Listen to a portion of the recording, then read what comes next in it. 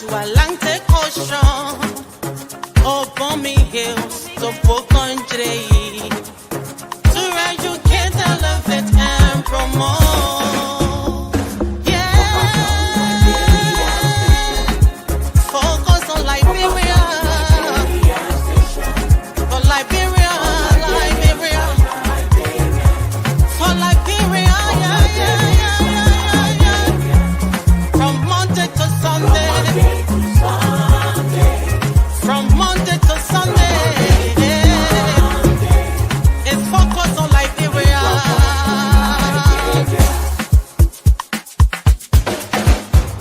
Talk about home affairs,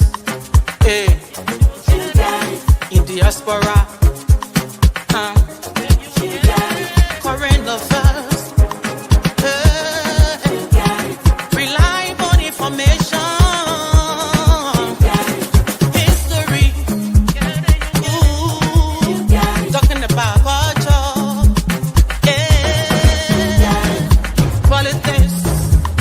Education, entertainment,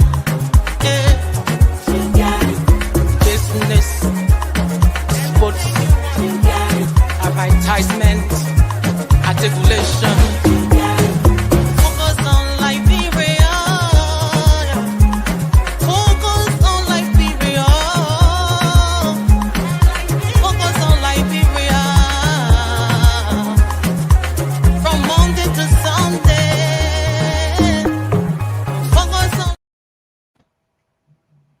Hello, ladies and gentlemen, and welcome to Friday Night Debate on Focus on Liberia.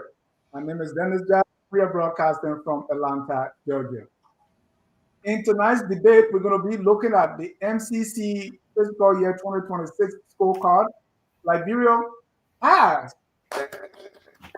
also the shifting narratives of yellow machines, 35 new MTA buses. Those are public buses to ease the transportation problem in Liberia, especially Monrovia. We want to welcome you. Let me first welcome Jimmy Eastman, who's joining us from the nation's capital. Welcome, Jimmy.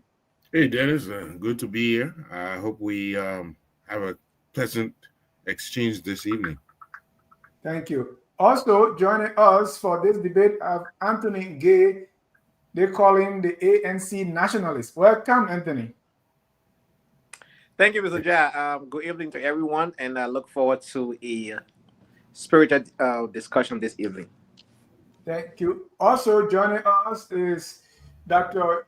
Jones Otavio Male, who happens to be the senior education analyst on our sister network, LPR TV. Welcome, Dr. Male. Thank you, host, and greetings to my fellow panelists. Thank you. Let me also welcome Mr. Gabriel Chabito Carter. He's the co-host on our business, finance, and economic segment called FOL Marketplace. Welcome, Gabriel. Dennis, thank you. It's good to be here.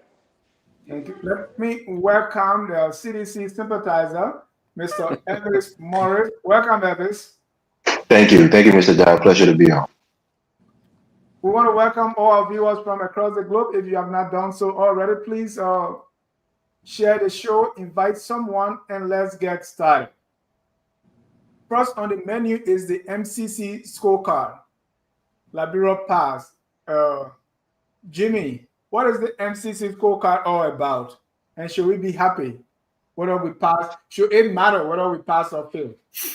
Well, it's just another mechanism or tool or little bait used to bait African countries or third world countries into doing the bidding of these wealthy nations. It tries to measure performance in a few categories, and and African countries or third world countries compete for the little handouts they give once you meet their criteria. So over the years, if you were able to meet the criteria or satisfy certain conditions under the MCC, you would you'd be offered a possibility of a grant and we all know grants you don't have to pay back. But it, as much as they try to make it look seem as though it's a performance measurement, it doesn't give the true picture of how African countries how governments, I should say, are actually performing. For instance, unemployment is one of those categories, and you may pass in unemployment as we've seen before, but there's no in the country you find about 80-90% unemployment. So it's not realistic, but it's one way of getting African countries to comply to their standards and their metrics. Thank you. So for this year, the scorecard is in red, yellow, green. They have what they call indicators. They mention things like control of corruption, the rule of law, freedom of information, government effectiveness, civil liberties, political rights, and so on and so forth.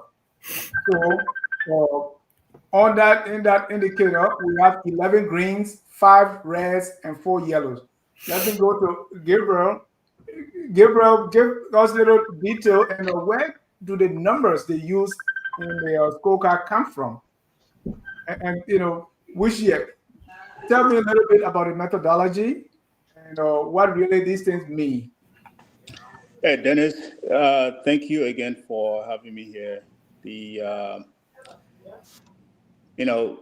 Usually when we talk about the MCC scorecard, is what I usually tell people. Don't just look at the score, but look at look at the derivatives, meaning the underlying methodology, how we were scored, what the data actually comes from, and how they actually do apply to our country as a context.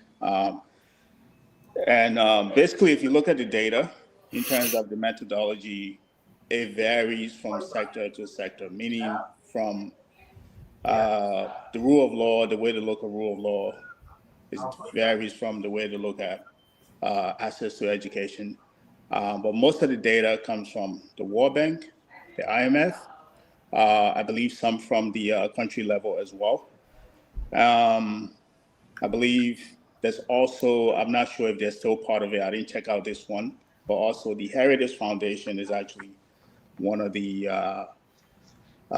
entity that actually do provide data on the MCC scorecard. So it varies from different category in terms of the way they approach how they calculate those scores, but it's supposed to be country specific. My only contention with the data and basically the methodology is that the fact that we do not collect our own data. We do not score ourselves, but we rely on these donor partners to do the scoring for us. But besides that, that's basically what the data come from, like the IMF, the World Bank, and also internally as well. So this is a fiscal year 2026 scorecard. Yeah. The data come from which year? When we are, it's out 2025, it's or 2026. And so they usually look at the previous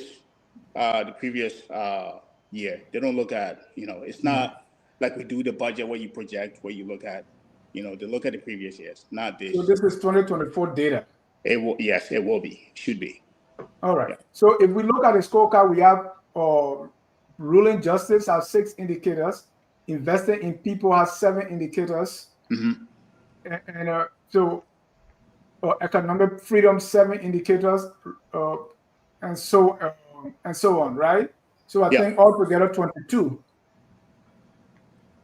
I believe so. Right. Yeah. Anthony, you try, your party trying to be the next president. Should the data for, first of all, let me get your response, to the data, to what was announced. To say we passed, but it's not too strong. Someone told me, say we are, it's okay, but we are not flying. What is your response when you got the scorecard Because normally the reason I ask you is sometimes we praise or criticize the scorecard based on who's in power. When our man is in power, is good. When our man is not in power, is bad. What you make of the scorecard? So that's the basis of my question. Since you are the ANC nationalist, Thank you, Mr. Jat. So the fundamental of, or one of the key pillars of democracy is rule of law. In an absence of rule of law, democracy is useless. And it's not going to function accordingly. One of the key pillars of the arrest agenda is also rule of law. Consistently, in the last 2 years of the United Party administration, they have failed the rule of law. Now, this whole MCC scorecard is because it's compliant based. Because money is involved, people are trying to comply. So if there was no money, they won't take it serious. Are we performing because we want money to assist the government, or are we performing because we truly believe that we are on an obligation to deliver these indicators? And I want to believe that based on the performance of this administration, they are only in this for compliance purposes and to be able to get money to survive, as supposed to be something that the government will actually take into consideration and doing it for the people of the country and for good governance sake. I say this to say that if one of your pillars is rule of law and you cannot even meet that on an extended data collection program, that speaks a lot about if or not do you really believe your own agenda. Because it struck me in the wrong way to see that rule of law back to back. We score what? 44 on rule of law. And then the sad thing, Mr. Dennis, Mr. Ja, people went out there to jubilate that they make a pass.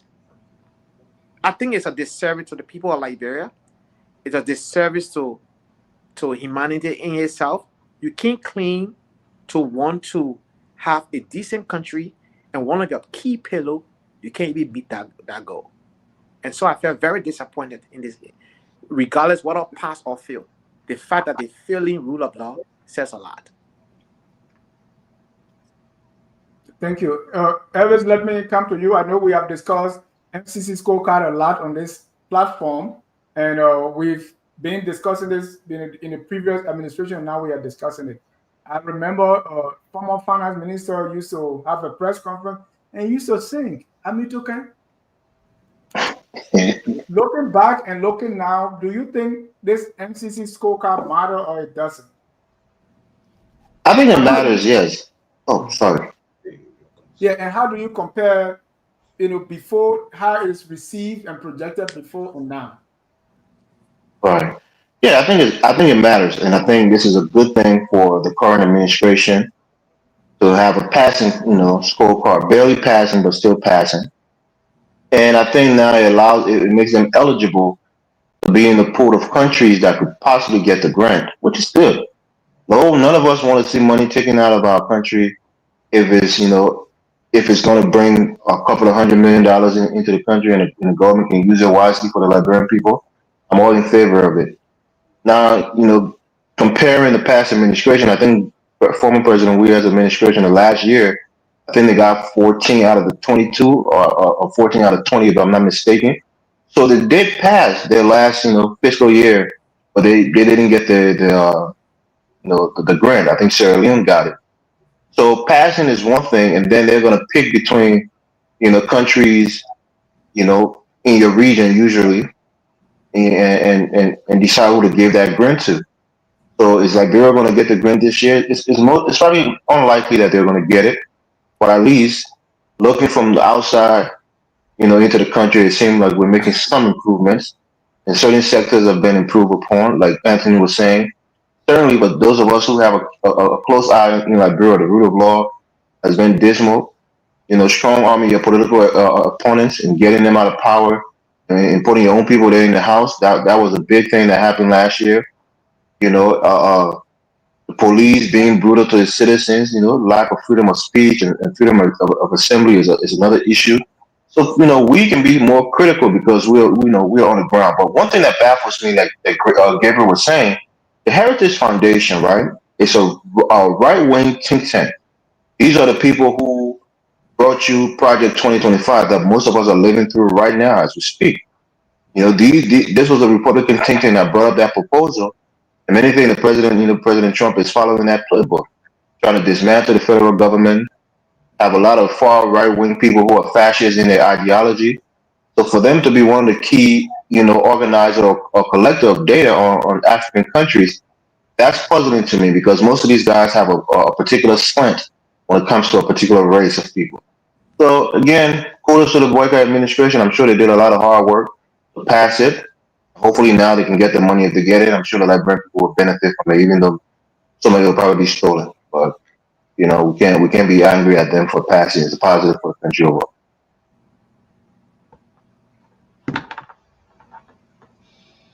Green is passing gray, or it's like you go on a road. You have yellow, hold me tight, and then red means you fail, right? So, Dr. Mali, let me come to you. They say Liberia ranks 9th out of 22 low-income candidates on the number of greens, but it's below regional comparators. Senegal, I got 14 greens, and Benin, I got 13. On median score, it sits exactly on the 50th percentile. This whole idea of somebody telling you are, you pass or you fail. Somebody before I was, talking to people before the show, and they told me, well, how can somebody come to my house and say, your children, kind of give me a score for taking care of my children? Even if my children don't eat, if that person say your children are well fed, then I'm happy. If my children are doing good, the person say, well, your children malnourished, I'm sad.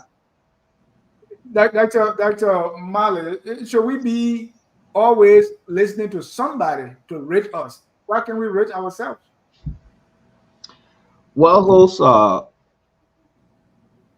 let us remind ourselves that the colonialists left the continent, but they left behind their theory, policy, and way of pursuing things. I want to know who is vehemently against this millennial challenge thing. Because the question now is, we are a sovereign state. This is a grant.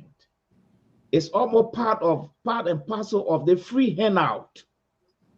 And the sad part, you just narrated someone sitting down there determining what direction you're supposed to even go and what criteria you're supposed to even meet. It's sad. So sometimes I try to look at the merit and the demerit of the MCC thing. Okay, in the first place, this is a third world country. Africa constitutes a third world country.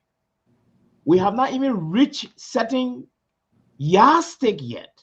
We are still grappling with corruption, human rights, okay, investment even in our people. Even getting pure drinking water is still a problem. Or is it because the African country, we are so greedy and we can't just let go some things?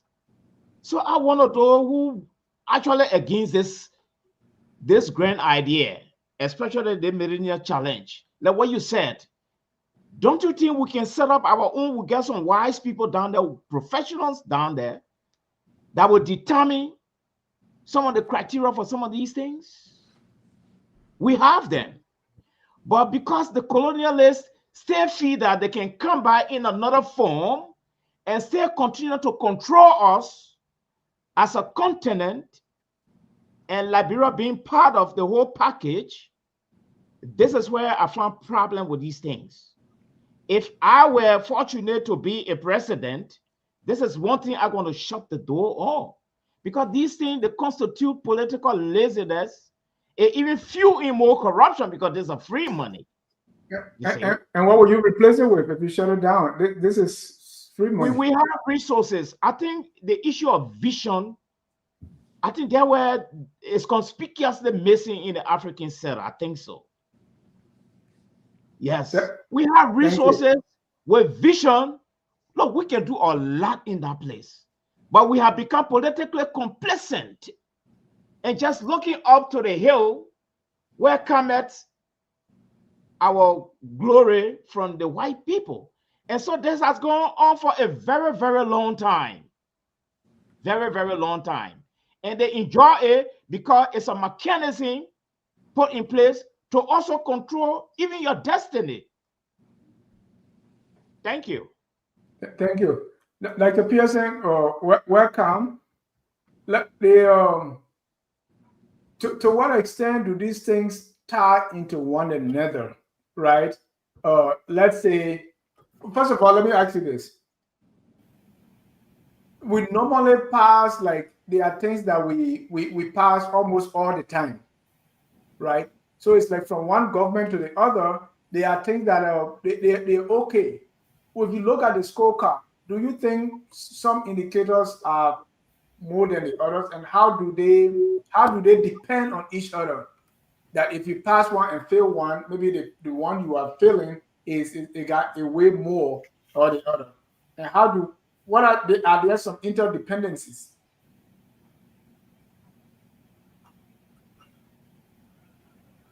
Thank you, Dennis. I want to just say hi to my fellow panelists and to our viewers and listeners out there. It's a pleasure being back on the show again tonight.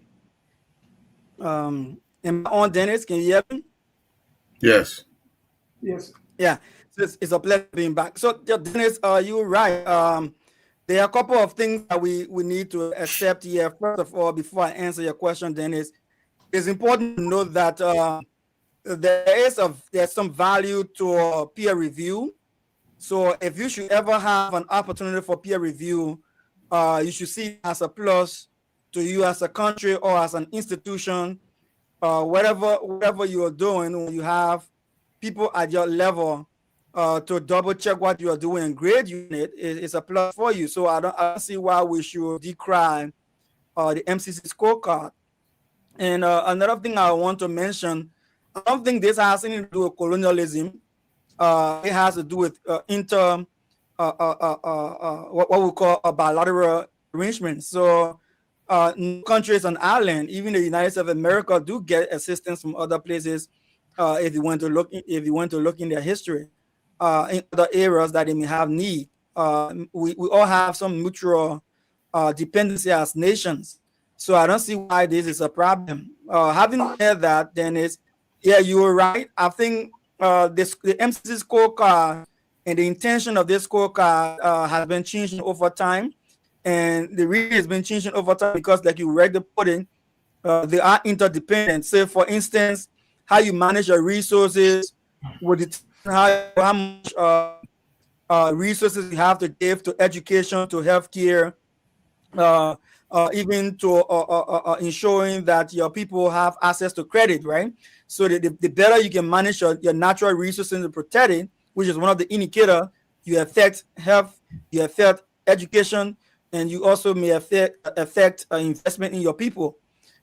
Similarly, and there are other areas. Similarly, if you have good government effectiveness cut across all aspects of these indicators as well. If you look at rule of law and you want to have investment in your country and you are not obeying the rule of law, my brother Carter here, the economist, will tell you that if the business environment is not friendly, obviously you cannot attract investors. So yes, these things are interdependent. But before I drop the mark, I must just quickly mention that we have seen deterioration in the government performance under President Boaga as compared to that of the George Mannweya last a year in office. For our listeners out there, we should understand that, for instance, if the report says 2026, it's tracking data from 2025. So if you look at the 2024 scorecard, it's tracking to 2023 performance, which was the last year of the CDC. If you look at that scorecard, you see that we had just 6 failures. If you fast forward to 2024, which came up in 2025, you notice that we have 9 I think 10. either 9 failures. 10 failures. I think nine failures. And when it comes to 2026 scorecards, which reflecting for 2025 performance, you have 10 failures. So if you notice, you see a digression in our performance. And what is even worse to get our attention is the areas that we failed in the last 2 trials. We failed in government effectiveness for two trials. Even the CDC missed on that. President Barker has not made any gain on that. We also failed in the rule of law, and we're going twice now that we failed in the rule of law. We failed education expenditure. So these are all key areas. Health. This year we're passing health, which is a good thing, but we also failed in natural resource protection. Pre-education for completion for girls, we failed in that again. Child health, we failed in that. So there are many areas that we are failing. And as I take leave of the mic right now, Dennis, this is my concern when I look at this scorecard is that who's tracking these things? You know, if I have my kid going to school and every year you brought me a report card that shows you're failing a particular subject, as a parent, I want to work with you to ensure that you improve in that area. If you continue to fail in that area continually every academic year, then something is fundamentally wrong with my child. Something has to be done. And that's my worry right now for Liberia. Yeah, but Dennis, allow me to buffer what Dr. O'Malley was saying. One second, Jimmy. Dr. Pearson, before you drop the mic, you are failing in one particular area and it's from one government to the other. What does that say? It tells you people are not paying attention, Dennis. People are not paying attention. And the areas that we are failing, those are areas that we should be able to make progress in. Let me give you one critical example for 2026 as we're discussing right now. When you look at rule of law, how will we be failing rule of law? Like one of my fellow panelists said, a rule of law is one of the key pillars of the Barker agenda. So if President Barker is saying that George Manuel Weah and his team dismally perform in serving our country, and he comes and make it a priority to deal with rule of law, and he failed in the rule of law 2 times in a row, that's a problem. Trade policy, if you come in to improve the economy and you fail in trade policy, that's a problem, right? If it comes to access to credit, where you sort of have people having access to resources to do their petty business, macro businesses, agro businesses, and everything, and you failing to invest in the people in the agriculture area, and you failing to invest in them in their small businesses, it tells you a lot that something is fundamentally wrong. So who in President Barker's administration that are checking these things? Workforce development, we fail in that. Natural resource protection, we fail in that. And this is worrying, Dennis. Yeah, this is employment opportunity, we fail in that also. Right. So you see, Dennis, the other day they were celebrating the fact that they passed in 12 of the 22 categories. One can understand the obsession with this scorecard because it's tied to a potential of maybe 500 to 800 million compact. But the problem with this whole thing is that you focusing on it like a report card, but it doesn't necessarily fundamentally fix the country, as Dr. Pearson was alluding to. If we want to fix this country, we have to first, build real institutions. Yep. Then if you start there, then the scorecard will always be good. But by aiming at the scorecard and not fixing fundamental things, like strengthening civil service, like professionalizing ministries, depoliticize appointments, enforce procurement laws. We hear about these yellow machines. We hear about buses. Did these things go through the proper channels? And why is it not going through the proper channels? We hear about all these, the justice ministers bringing a lot of different people to book, having them indicted. But do they have the power? Are the courts ready to actually prosecute these people properly? Okay, we have to reform the justice system, in other words. Make sure it is functional, okay? Then there are other foundational development things we haven't done. fixing electricity, okay, making it all around, building roads for food and people, control corruption through systems, not announcements. You know, there are so many different things we could aim at to fundamentally fix the country, instead of just aiming at these categories, which will be superficial, and the country will still be teetering on collapse. So I think, as much as we could use the grants that this thing gives, if that's the only thing you're aiming at, you'll miss the boat. You'll miss the boat. You won't actually fix the country, and you'll be back to where you were yesterday. So I wanted 10 seconds, Mr. Judge, just to cap off what I was saying. Is look, I think we can't criticize the MCC scorecard, right? Because most of these countries they have taxpayers to account to. So, for example, if you're giving a country $200 million of your taxpayer money, and that country fails, let's say corruption, a country fails corruption, and you give $200 million to them, and they misapply or misappropriate that money, and maybe they steal the money. How can you then tell your people, you know, that you wasted $200 million of their taxpayer to corrupt, government officials in some African, third world country, quote unquote.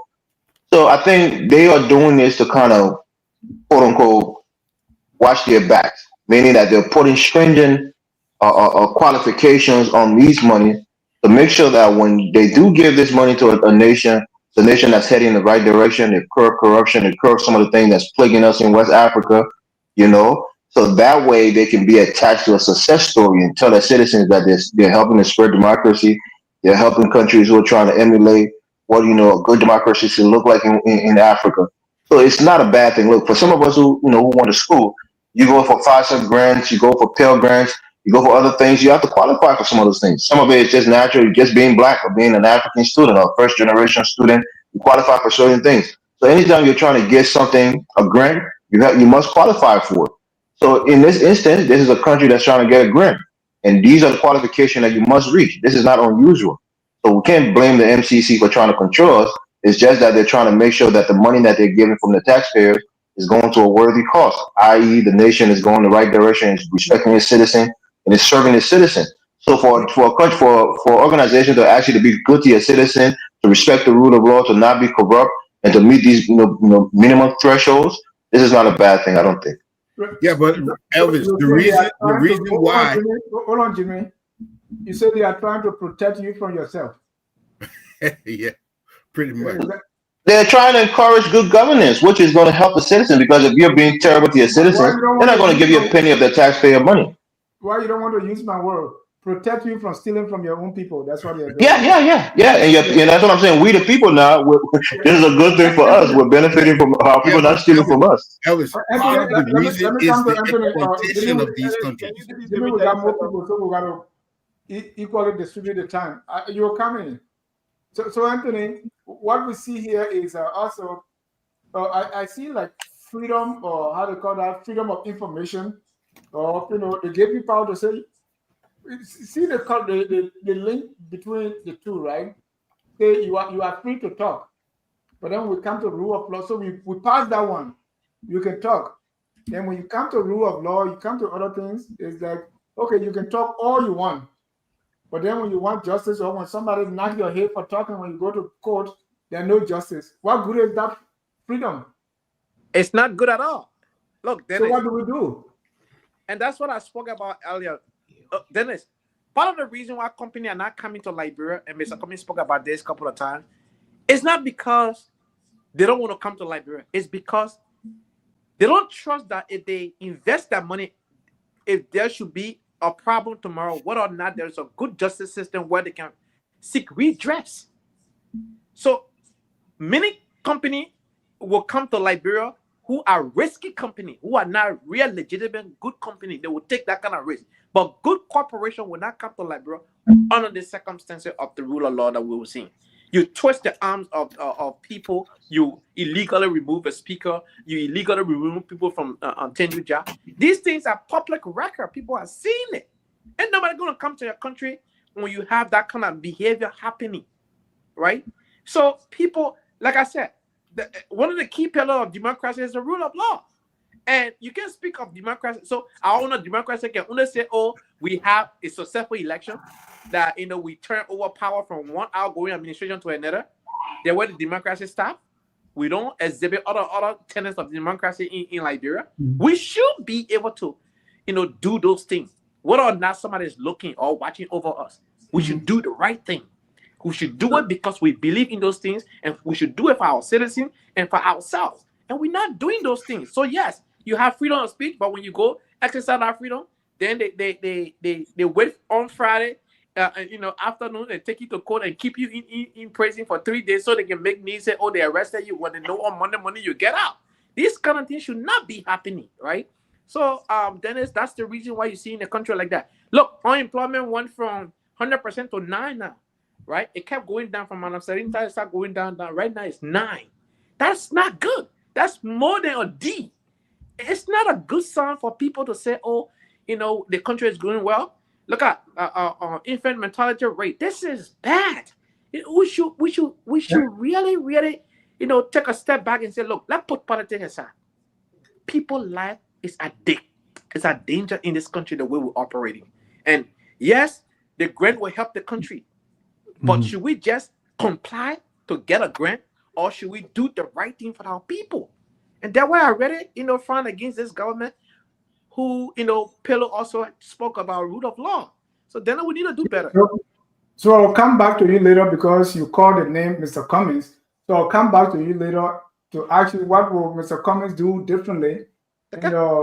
Why is it that he has attempted twice and he's being rejected twice? If he had all these good ideas, is it that people don't like good things, or he's just talking?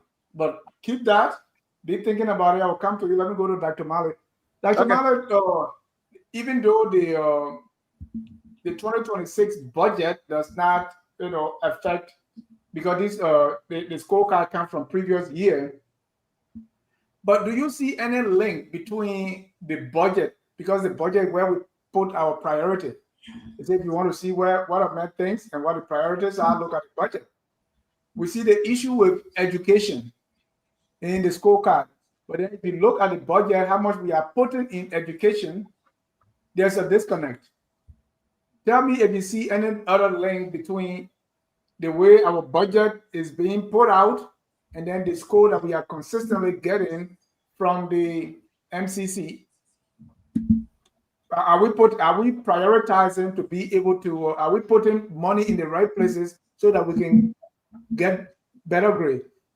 Okay, hold on, Dr. Mali, let Jimmy come in because he was about to say something before.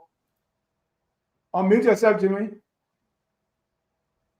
Yeah, instead of chasing the scorecard, we need to become a country that just will naturally pass it. And how will we naturally pass it?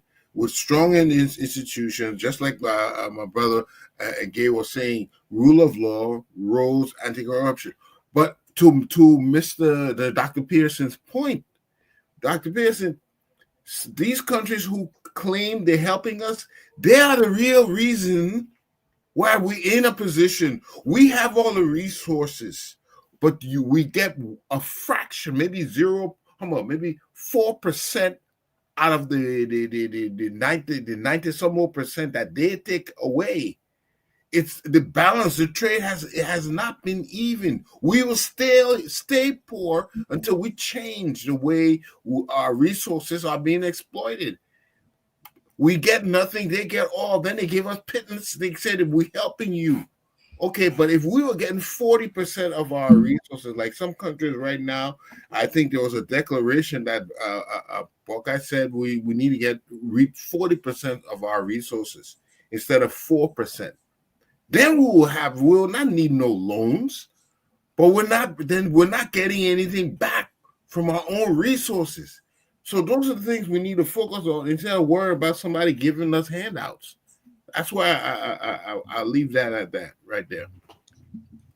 Thank you. Dr. Mali, the connection between the budget and the scorecard. Any correlation? Well, I don't see any correlation in the first place, I see an irony here. You see, this issue actually, let us retrogress to the WIAC. WIAC is a British educational mentality. Few West African countries hanging on that.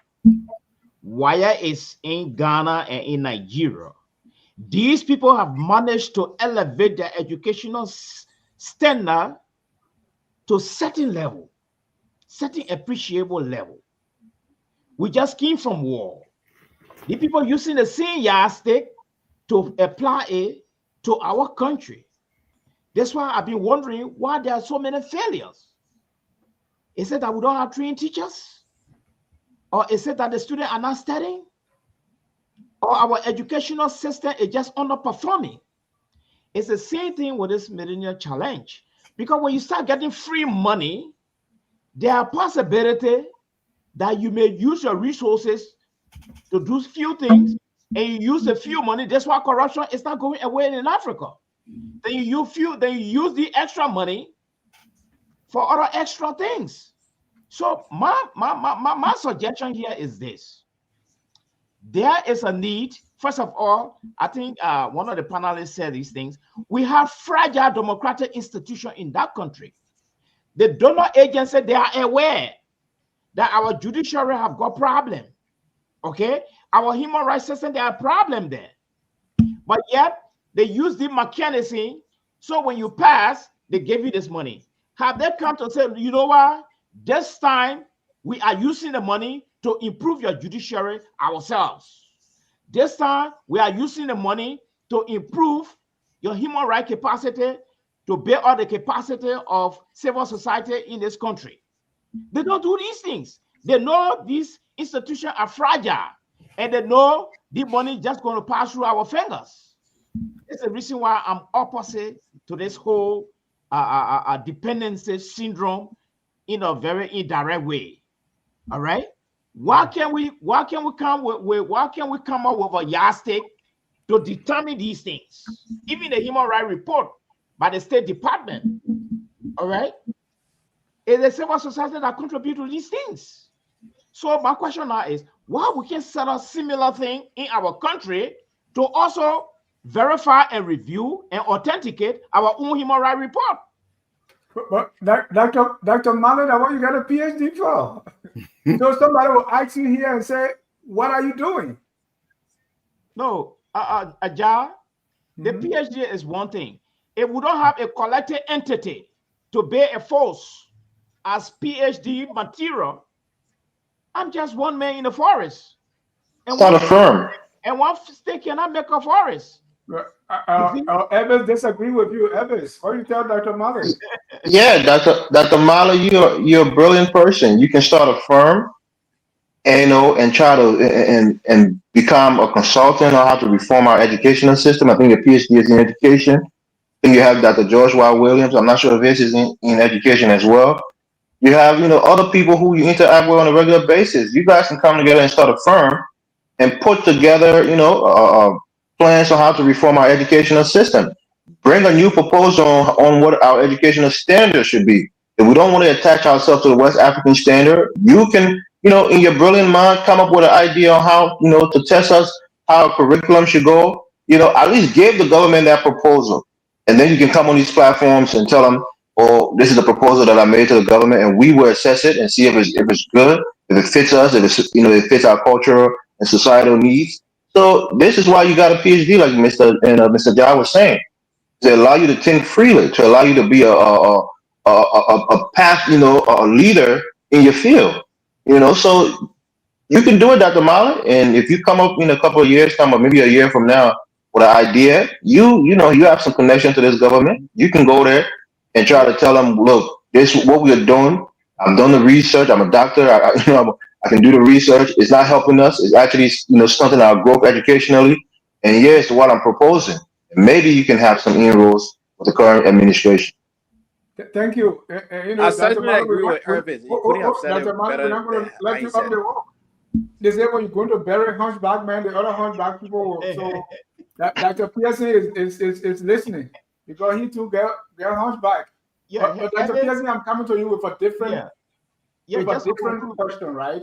Just so, what, I just wanted to buttress Evis's point. Yeah, we can let you on the wall. We need to, people, we will have to transcend beyond beyond and the people Evans was naming, we like have education people. Yeah, we have vast number of professionals in this country.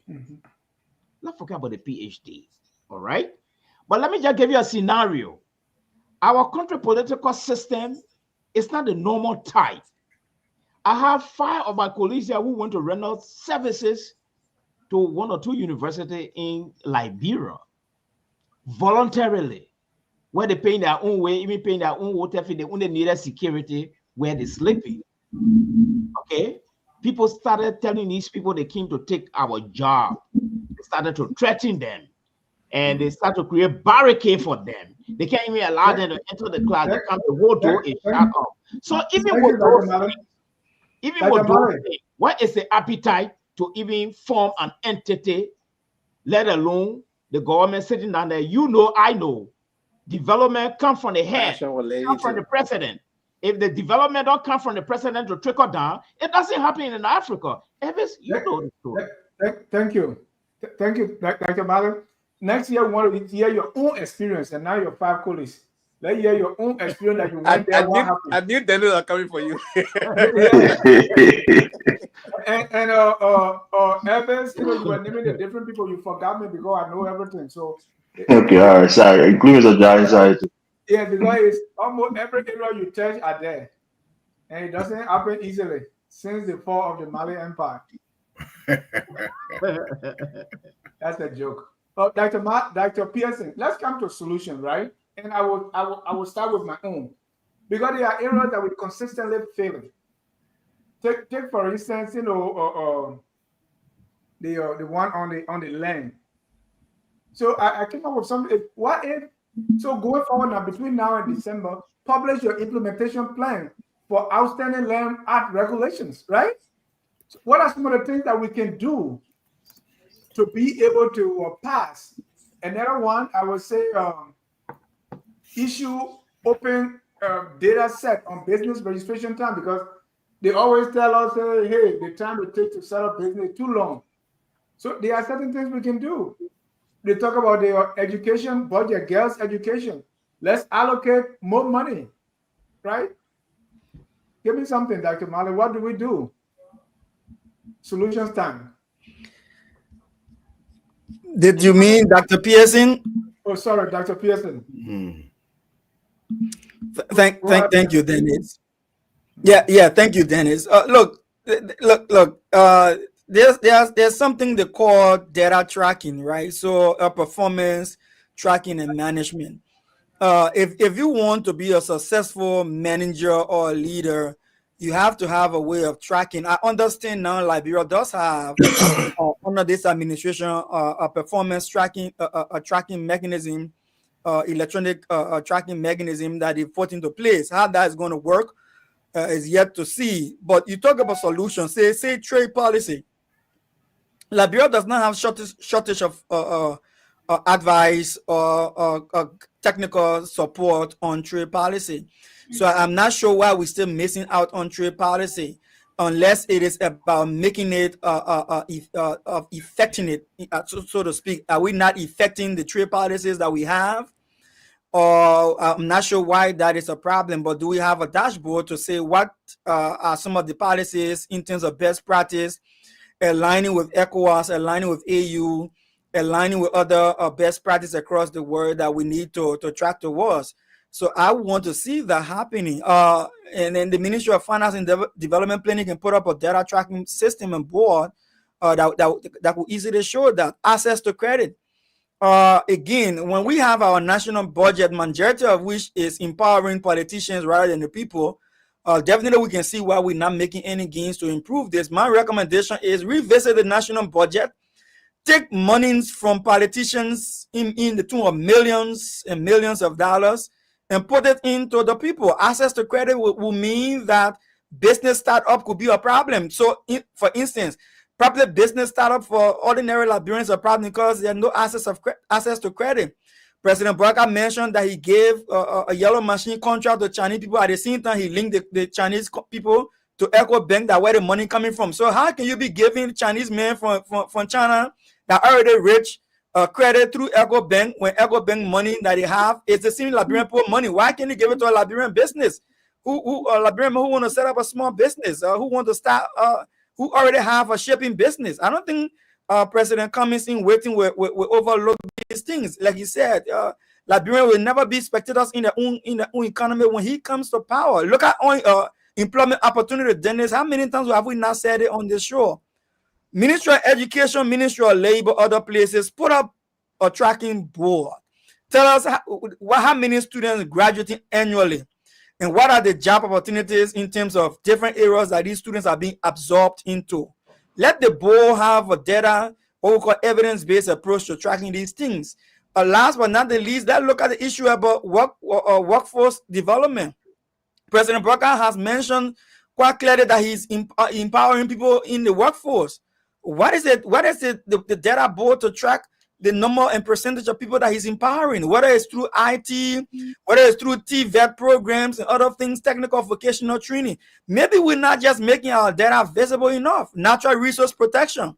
I mean, how much resources are we giving out so much in Liberia that we can show proof that we're protecting the ones that we're already giving up? Like Mr. Eastman mentioned, Mr. Eastman said, oh, we're giving our resources out on less percentage of return on investment. I agree with him, but not on this whole MCC stuff. Not much of our resources are given to the United States in any way, form, or fashion. Rather, this is just a kind gesture to us.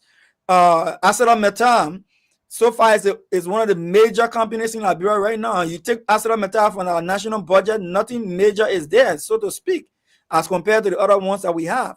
Child health, Dennis, USAID was one of the under 5 supporter in our country. They was supporting free healthcare for under 5. Now you say the USAID, you say had left. Has the government incorporated this into our budget? If they have done so, are they communicating it so that the people can see how much increment in child health when it comes to free healthcare for children under 5? Can they sell that logic? Kids that are graduating from primary education that are girls and completing their primary education, do we have a dashboard that's showing that indicator? I know UNICEF is tracking to this.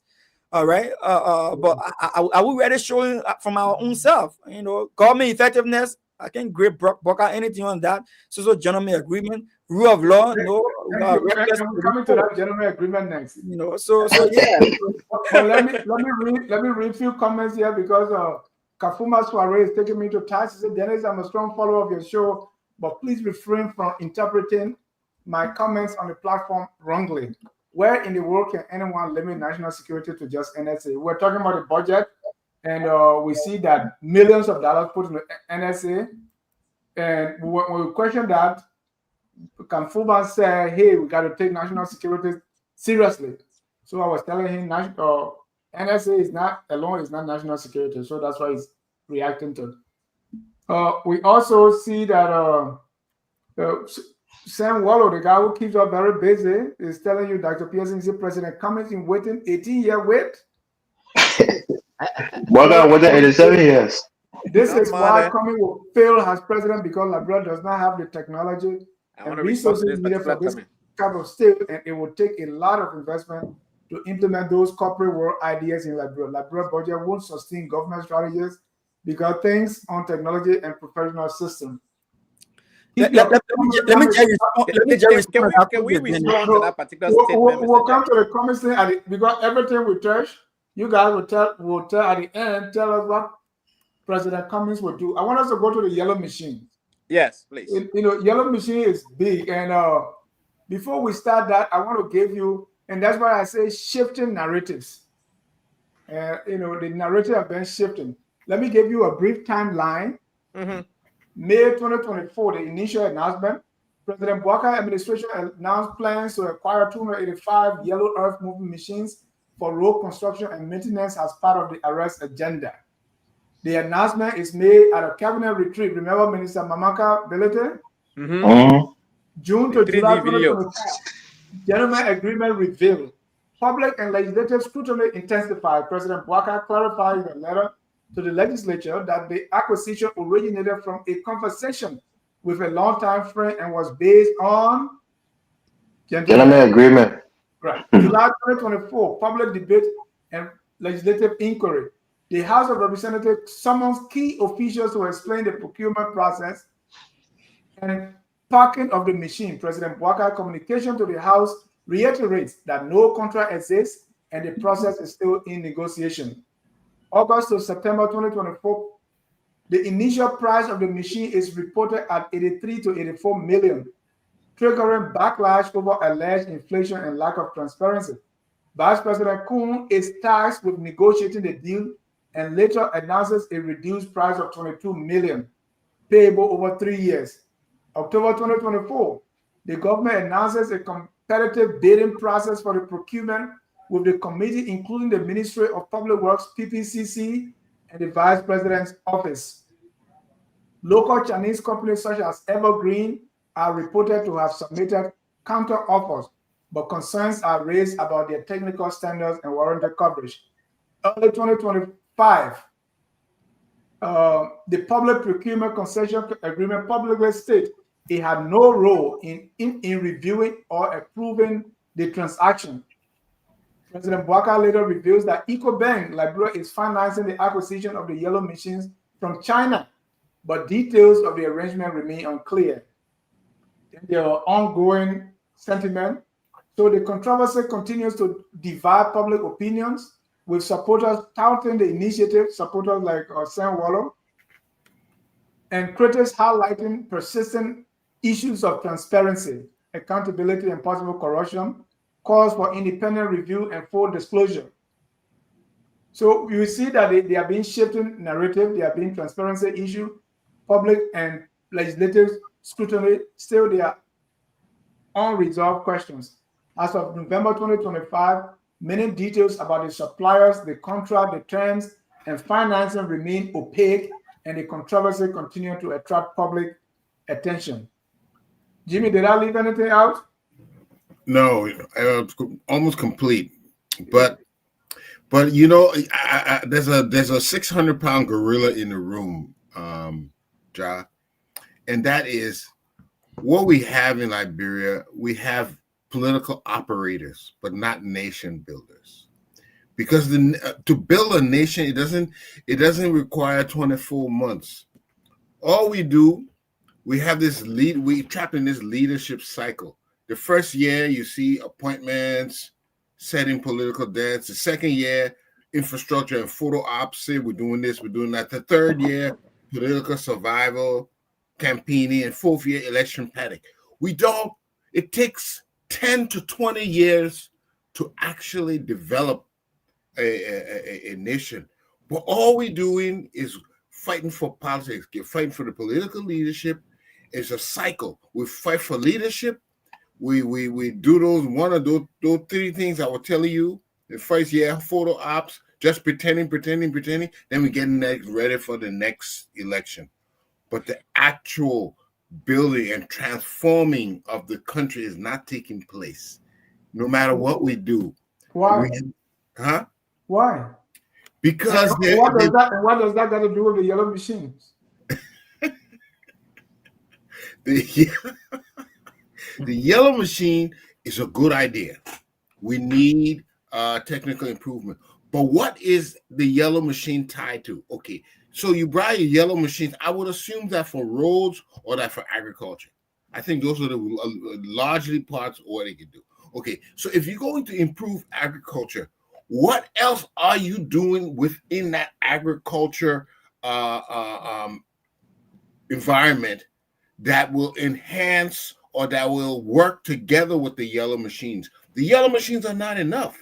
We have to have some land reforms. We have to have some collective farming. There's so many we have to have irrigation implemented in different areas, like in Lo-Fi. There are a couple of places where there's not enough water. What are we doing besides just the machines? The machines are not enough. We need a collaboration, we need coordination, and we need a scientific study on how we're going to change that industry. Okay, so yellow machines are good, but it doesn't work in isolation. Okay. Thank you, Jimmy. Okay. Dr. Pearson, in my village, when we go in the bush and we find something, you find some leaves as to wrap those things in, right? So there's a certain group, certain quarter, we say, they can find because what you're supposed to do is you find a leaf, you lay them down, then you cut the rope. So when you get the thing, you put it there, then you start to wrap it. But there are some people who get the leaf, get a thing before they go find the rope. Well, what a thing! I don't know what a thing are you? They call it fatu. Okay. So you can get a fatu in your hand before you go find rope to tie it. Let's put politics one side, Dr. Pearson. What are these yellow machines really supposed to do? Do you have any clarity on it? What do we need these yellow machines for? Thank you, Dennis. Let me start by telling my political leader, President Cummings in waiting. Thank you for giving us the courage to have spoken out against the yellow machine to begin with.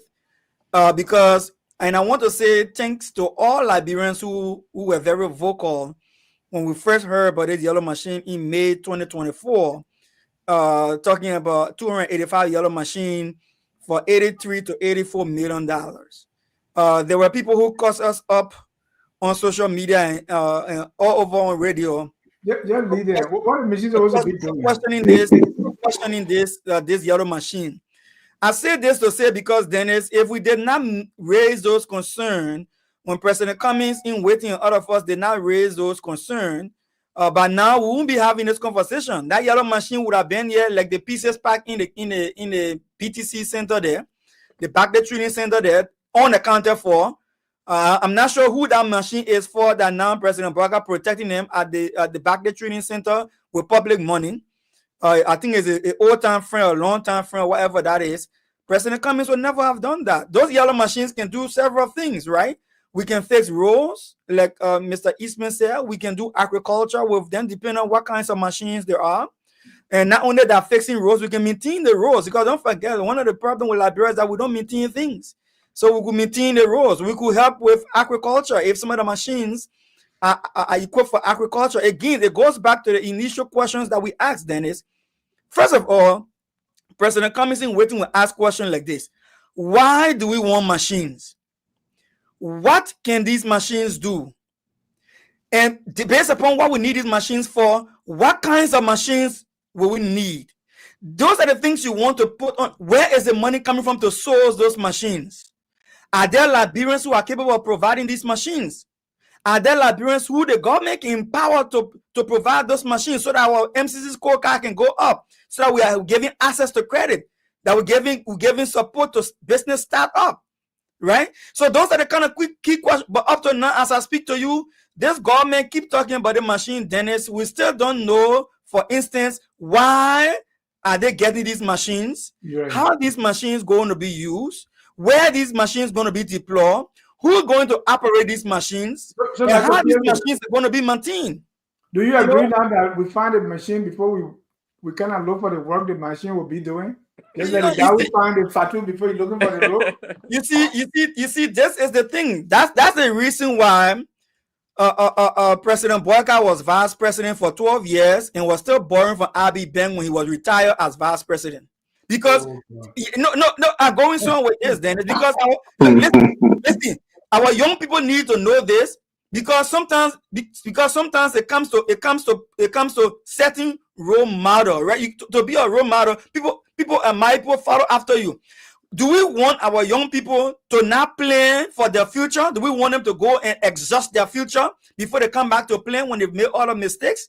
No, President Barker is not a good example. President Barker lived for 40 years working in government. He was 12 years as vice president, and they gave him a microphone after he retired on government pension. Then he said, "I'm borrowing money from Abbey Bank. I'm living on loan." That's wrong. So it's the same pattern you see with the yellow machine. To date, we have not heard anything about the yellow machine as to how it's going to be used. Now, let me say this before I drop the mic, Dennis. Yeah. Liberians need a strong individual who is able to manage, and a strong administrator who has a track record of success in managing billions of dollars. And that is Alexander Benedict Cummings. And I would say to the Liberian people, if you make President Cummings in waiting president tomorrow, President Cummings will not tell you, say, I got an old-time friend, long-time friend who won't give me 285 machine for $83 million. Just pass a deal. PPCC don't got to know about it. LCC don't have to even ask me questions, because if they ask me questions, I will suspend them. So at the end of the day, we'll go find out this machine can only cost $22 million. Somebody wanted to steal $61 to $62 million from this country. Why hasn't President Barker taken action? Why? Why has President Barker not said, if the vice president can find this machine for $22 million, why is somebody still having a job who wanted to dupe the country of $61 to $62 million? President Cummings in waiting would not do this. He would have planned ahead. He would have followed the law, and he would have empowered Liberian own business, and don't give Chinese man Echo Bank money, which is the very market woman, the Yana ball money in the bank, the man water in the interior money in Echo Bank. You gave it to Chinese man who already rich and don't need Liberian poor money to invest it in Liberia herself. President Cummings will not do that. Thank you, Dr. Mali. Same kind of question, because with 285 yellow machine, at least from Monrovia to Buchanan, we have road there. You don't think even if we have 5 machines that we can use and clear, maybe 10,000 acres of land, and we say we'll plant special beans, because I love beans, because through beans we survive. I mean, if you just get 5 yellow machines and say we'll use just these 5 to clear the place so we can plant beans, we can even use the beans to buy more yellow machines. But I still think, how can we get 285 yellow machines to do what with them at first? Just out of the blue. Even if we're building roads, are we going to build maybe 100 roads per month? We're out of plan. You hit it on the nail. We didn't get a plan, but we get a machine.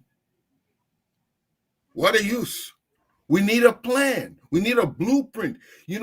Politicians think development is politics. No, development requires engineering. All that stuff they want to do, you need engineers to put out a blueprint of how we would get there. But they only believe in speeches, and speeches doesn't do it. And that is why we just say, Mr. President, give us the blueprint, how you want us to get there. We will come help you.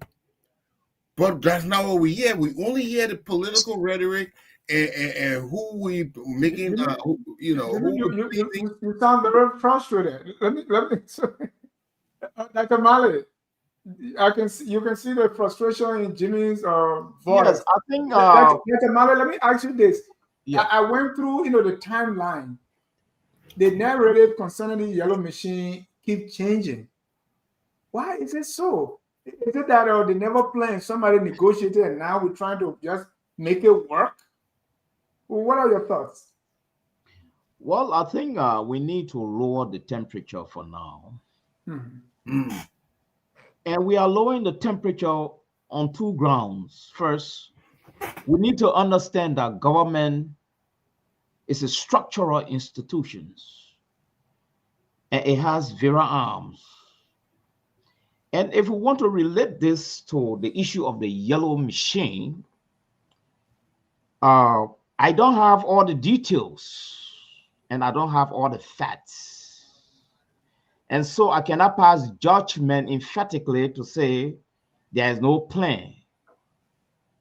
Government will always have a plan. I have not seen some, or if they don't have it, I don't know. But I think the good news here is that we have put in place a mechanism to have IVE equipment. And we all know IVE equipment are for IVE purposes, for rural agriculture and many other things. But we may be tempted to ask ourselves, why 200 and plus yellow machines? And I think it's only the appropriate government can justify this claim right now. And I'm very sure the arrest agenda is vast and holistic in context. And probably, I may talk from probability, probably they may have so many use of the machine to be appropriated in the various counties, in the 16 counties, I don't know. Probably they were brought because I can only talk from probability right now. But why is that secret? I cannot be emphatic because I don't have the details. Why? Well, why are they not telling us the details? Pardon me? Why are they not telling us the details? As a professional, let's assume Focus on Africa is a professional institution, and I'm very sure Focus on Liberia can put pen to paper and demand information from the information ministry, and the information ministry is a responsible body, and I'm very sure they're going to respond to our inquiry. But to say we are trying to limit this thing to our own judgment, that's why I try not to play into that vineyard. I can only talk on probability, you see.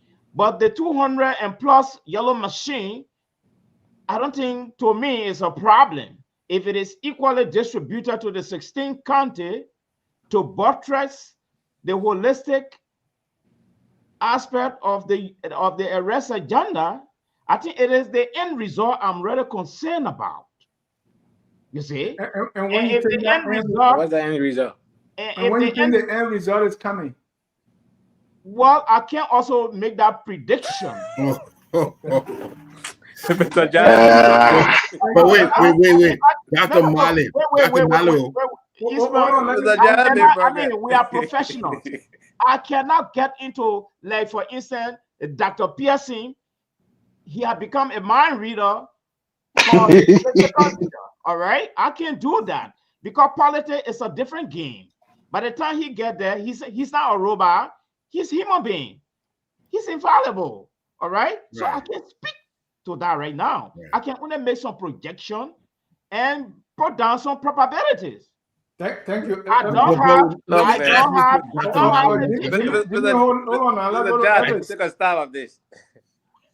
Hold on, Anthony, you're coming, my man. Relax. Yeah, Evans, what do you think on this yellow machine? And then we know about the Eco Bank. There was a Liberian who said he wanted to do this and he didn't get it. And then this Eco Bank is a Chinese. What's going on here in your mind? I know you know. Dennis, give me 30 seconds. That might pick on me. You gotta give me 30 seconds. Look, Mr. John, let me just say that the yellow machine are needed.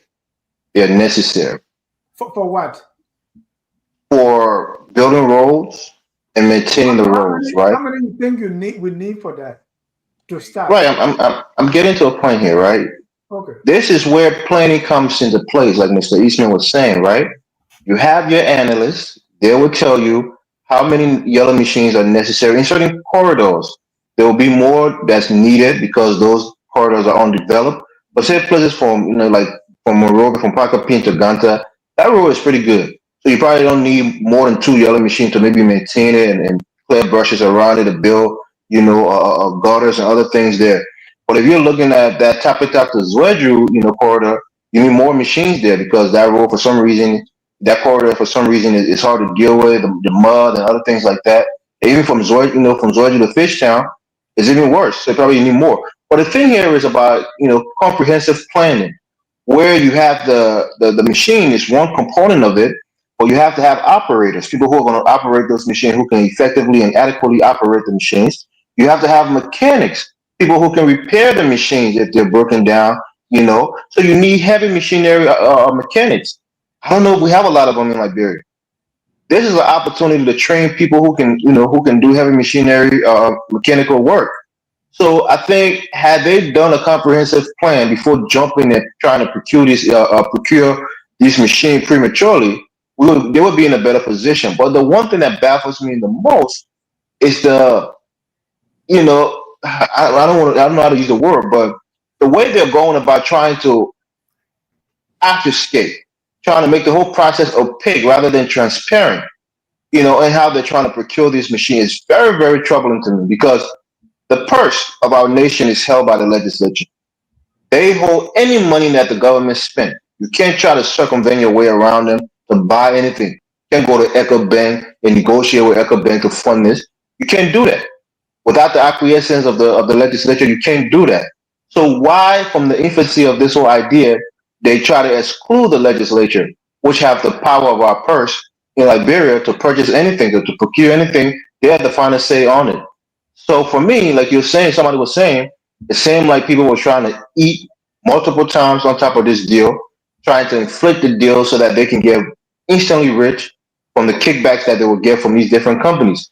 And the fact that we have to bring people to maintain this machine, rather than saying we'll bring these people and we'll have a skill transfer where they will teach Liberians how to maintain a machine within a year, they will leave and we'll have skilled Liberians who can maintain these machines.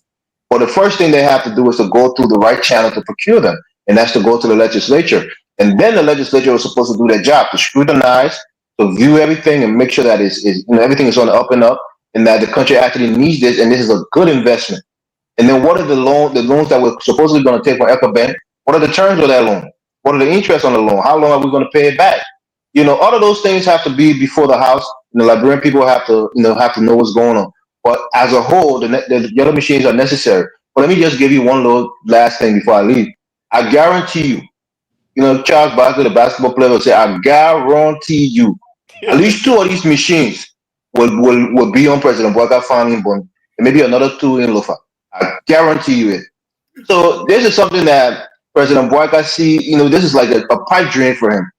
If I had 10 yellow machine, man, I have a big ass farm in Liberia. If I had 10 yellow machine, we'll build a road in Lofa. That's not how it works. The machines are necessary. It's an important cog in that whole plan, but you have to have people who can operate it. You have to have people who can maintain it. And bringing Chinese people to come and maintain who can barely speak English, how are they going to transfer those skills to Liberians or Lufians or Grenadians who can maintain those machines during the rainy season and make sure that the roads are pliable? If you're not planning for that, you're not planning well. Thank you. And Anthony, I'm coming to you, but Sam Wallace say I'm losing the argument on the yellow machine. I think let me maybe when you're managing a project, let me give Sam Wallace because I think that's what's going on, right? We have a situation where you have 15 counties, and you different. Their sizes are different, population, everything different. The place they are located all different. And the president is saying we're going to give 15 to each, regardless. 19. Yeah, 19 regardless of what they are. That's the difference between equity and equality, right? Yep. So you give River Stars 19, you give Nimba 19, you give Grand Crew 19, you give River G 19. And they're not even doing anything. But when you are scheduling, because sometimes when you're managing a project, you're behind time. Yep. So the 2 approaches they take will be fast tracking or crashing. So crashing is you throw more money and more resources at a problem, thinking that it's going to solve it. But sometimes throwing more money, more resources at it will even delay it further. It's the worst thing to do. Or you're going to do fast tracking where you do it in parallel. Yeah. What I see President Boakai doing is we have a road problem. So what we can do is let's do crashing. Let's throw more yellow machines at it.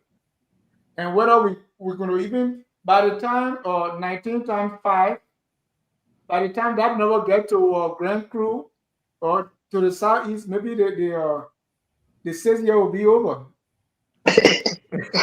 Yeah, because transporting those machines are another problem. Transporting them, you got to put them on those big trucks that can go over the road and transport them. You can't ride them from Monrovia to Grand Jet or to Grand Crew. When you are facing a problem, when you analyze the problem, you do your root cause and all that, maybe you could find other means. Maybe all this money we're spending on yellow machine, we could use that for a railroad. Maybe it'll be cheaper. Or if I don't know if they roll. Okay, since the issue we think is roll all the time, maybe we do all our agricultural work where we get roll. Our farm in Florida can feed the whole country. Isn't that true? Mm-hmm. We don't need it. So you don't have to make farm in Grand Gita if you can get there. But Anthony, I know you say you're taking some of my points. Go ahead, Anthony. You know, that's how smart I am. I can So, tell what so you're going to Mr. say. Dennis, Mr. Ja, look, like Evan said, it is inevitable for us to develop Liberia without the yellow machine. We need a yellow machine. Obviously, we need a yellow machine, but we don't need that many yellow machines. You understand? Comprehensive planning. Some of us that did project bidding in the IT field, when we're bidding for project, we have to tell the client that, hey, you're going to have X, Y, and Z. Your performance is going to be this and other that different thing. We outline, and then the best bidder gets the contract, right?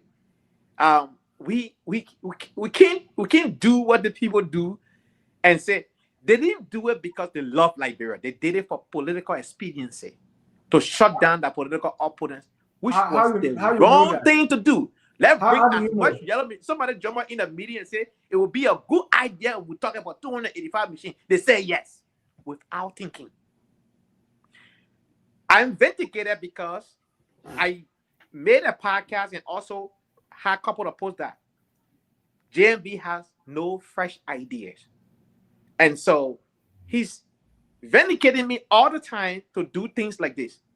You narrated all the different shifting that they did during the process.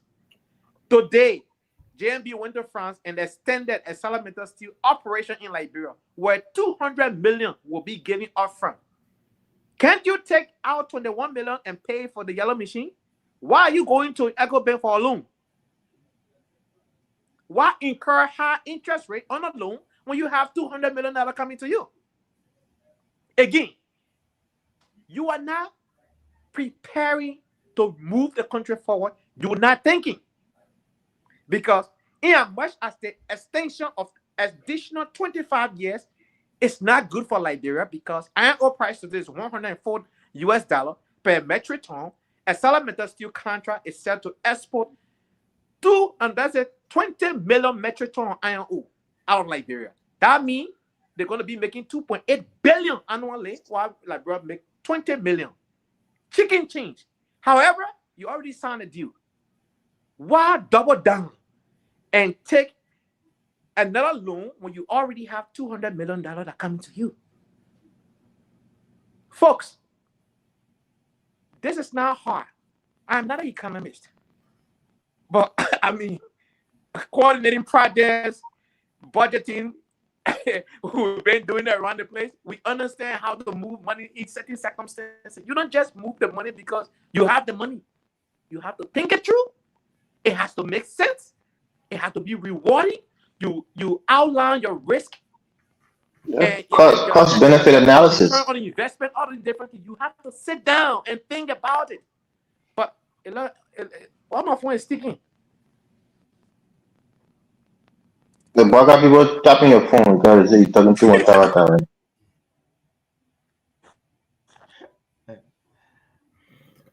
Yeah, anyway, but this is how I like Dr. Mali's point. He said, we don't know if they have a plan or not. But let me show you, one of the things they said, the next leader better learn to tell Liberian people the truth. It's actually very plain that they don't have a plan. First of all, they brought the yellow machines. Then they're talking about how much money they should pay. The vice president went and negotiated. Wait now, you will bring machine before you settle how much money you will pay? Right. The machine and then you go negotiate. That tells me you don't have a plan. 2, how long these machines been sitting now? So many months. If you're borrowing something, it's earning interest already. You want to tell me here that we don't have anywhere those machines need to go right away? We're still waiting, or are we putting the plan together? That's the second way I know you don't have a plan yet. It's very evident that there's no plan. And I'm not saying that, okay, it's good that you got it, but people, why we don't have a plan and why you're not showing the plan? Because even if you reveal the plan, we can all weigh in, just like how we're weighing in right now. Say, oh. Jimmy, the timeline I read, it was May when the yellow machine was announced. So it was in, I think, around August to November when the Vice President Kuhn negotiated the price down. So It's been 1 year since Vice President Kuhn negotiated the price. Go ahead. Yes. So what have we been doing? It is very evident that My thing is, why are we not producing a plan? It's not enough to say we need a whole lot of machines. Okay, if they put out a plan and they make it public, somebody like Dr. Amale can tell them, say, look, that thing you're trying to do, you may want to consider this, consider that, consider that. But to keep it all in hiding, a national agenda, a national plan that everybody's supposed to embrace, it shouldn't be this way. And if we continue in this direction, we will still not realize anything. You know, we have the resources, but we have not yet learned how to put it to use the best way. You know, it's all politics instead of development. And it's just not working. Thank you. So concerning the yellow machine now, let's come to a solution. Dr. Marley, let me start with you. You know, what needs to happen? Yeah, in the first place, we need to broaden our scope about the yellow machine. What needs to happen? I think 4 things need to happen. First of all, these yellow machines, they are assets of our society. These are not Joseph Boakai assets. No, the liability. No, Yep. these are not Joseph Boakai. Yes, Sorry, Joseph go Boakai, ahead. like His Excellency former president, we are left behind a park. I always admire that park. I always congratulate him, at least for the little he did. So even if the negotiation for the yellow machine is fulfilled, one day this government is not going to be there for the next 1,000 years, going to pass away. My concern is the management of the yellow machine by the next government, just in case. All right, the maintenance of these yellow machines. And I think, sincerely speaking, we even need more than the number of yellow machines we're talking about. Focus on road construction in our country. Yes, we need more than 200, to be frank with you. And what do you need for road construction? Let me bring this for solution. First, we'll need more than 200 for farm to market road. That's the first thing. And before we get to that stage, we'll identify the farm to market road and which county will actually need the farm to market road. Is it all the 16 counties? And how many farm to market road we need to identify? Then this way now the public works minister and the agriculture minister will have to come in now to give us some information.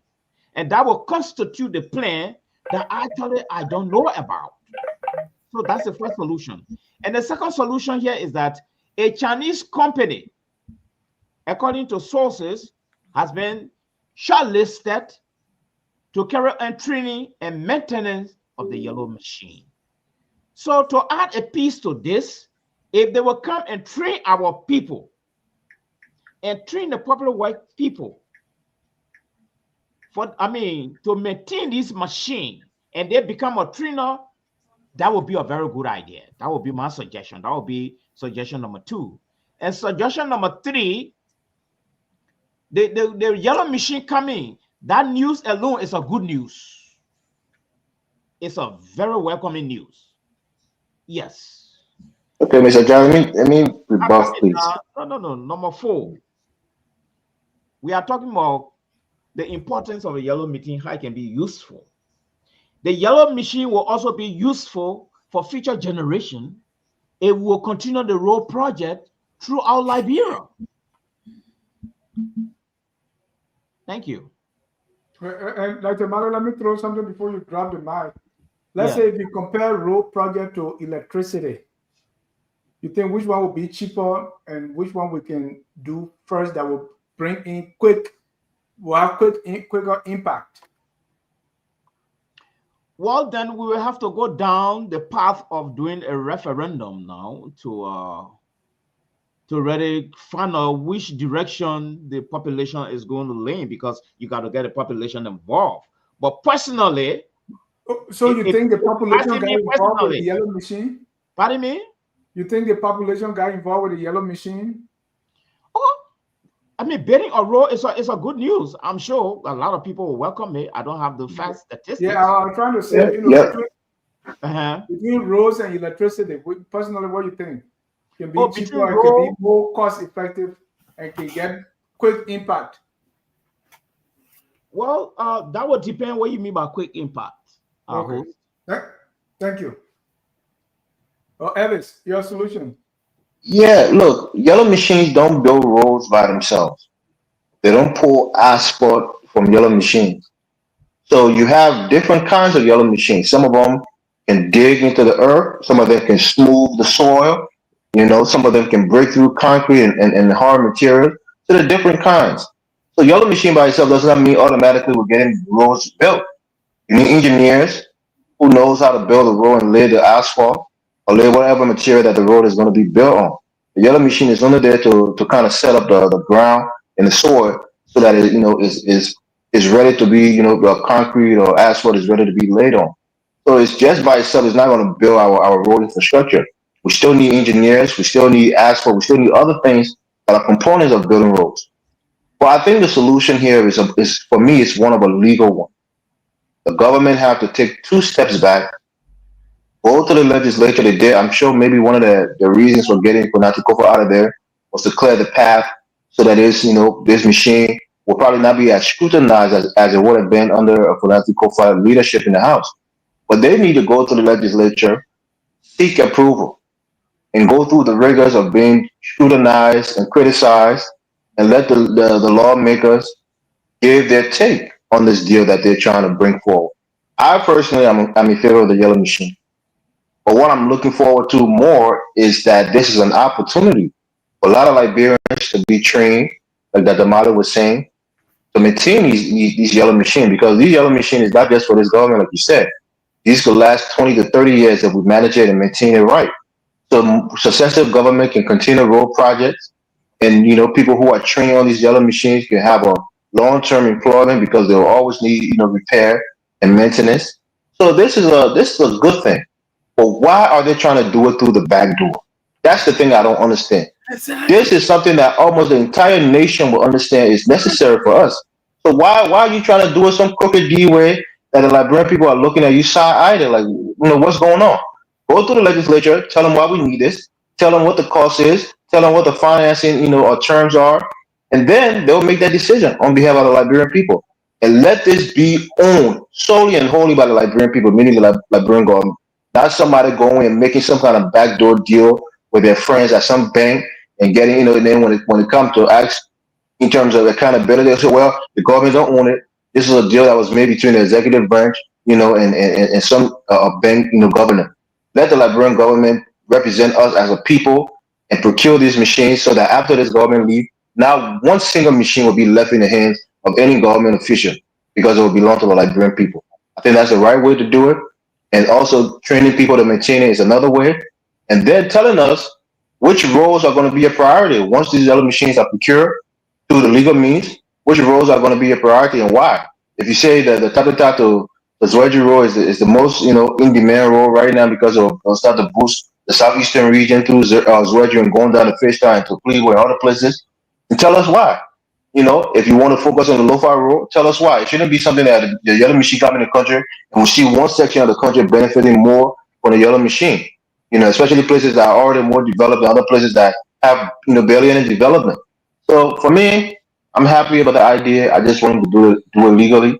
And I'm happy about the prospect of more Liberians being, trained into a job that can sustain our country in terms of our buildings of roads and those people having long-term jobs into the future. But John, 1 minute. I don't want to give you one thing, John. 1 minute.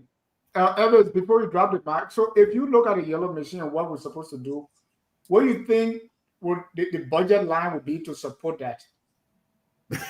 It's gonna be continuous, right?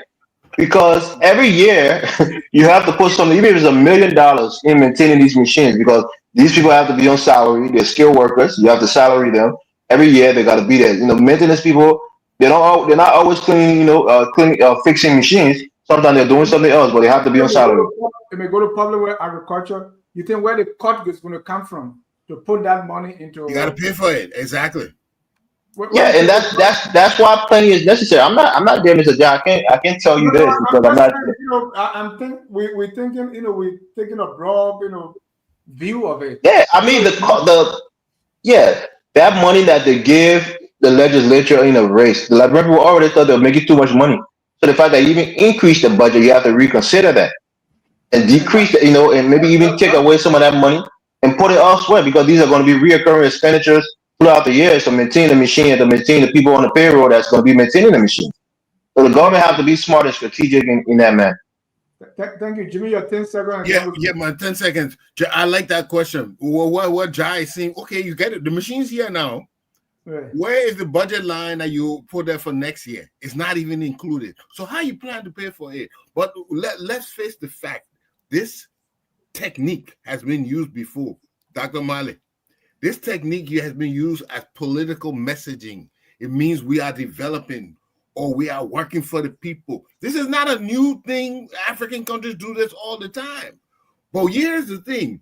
Just what somebody will allude, you need trained operators, maintenance workshop, fuel logistics, spare parts and supplies, project management team, country level supervision. All those other things got to come with it. So there's more money behind this. And it's not even being projected. Why?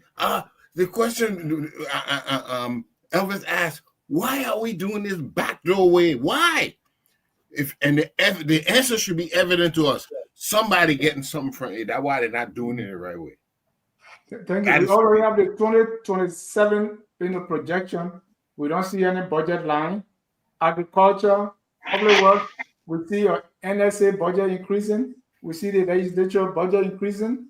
Your vice president office, and really vice president office, if you are listening, we've been trying to get the vice. Can somebody tell me what is being done in the vice president office? Who are there? What are the jobs?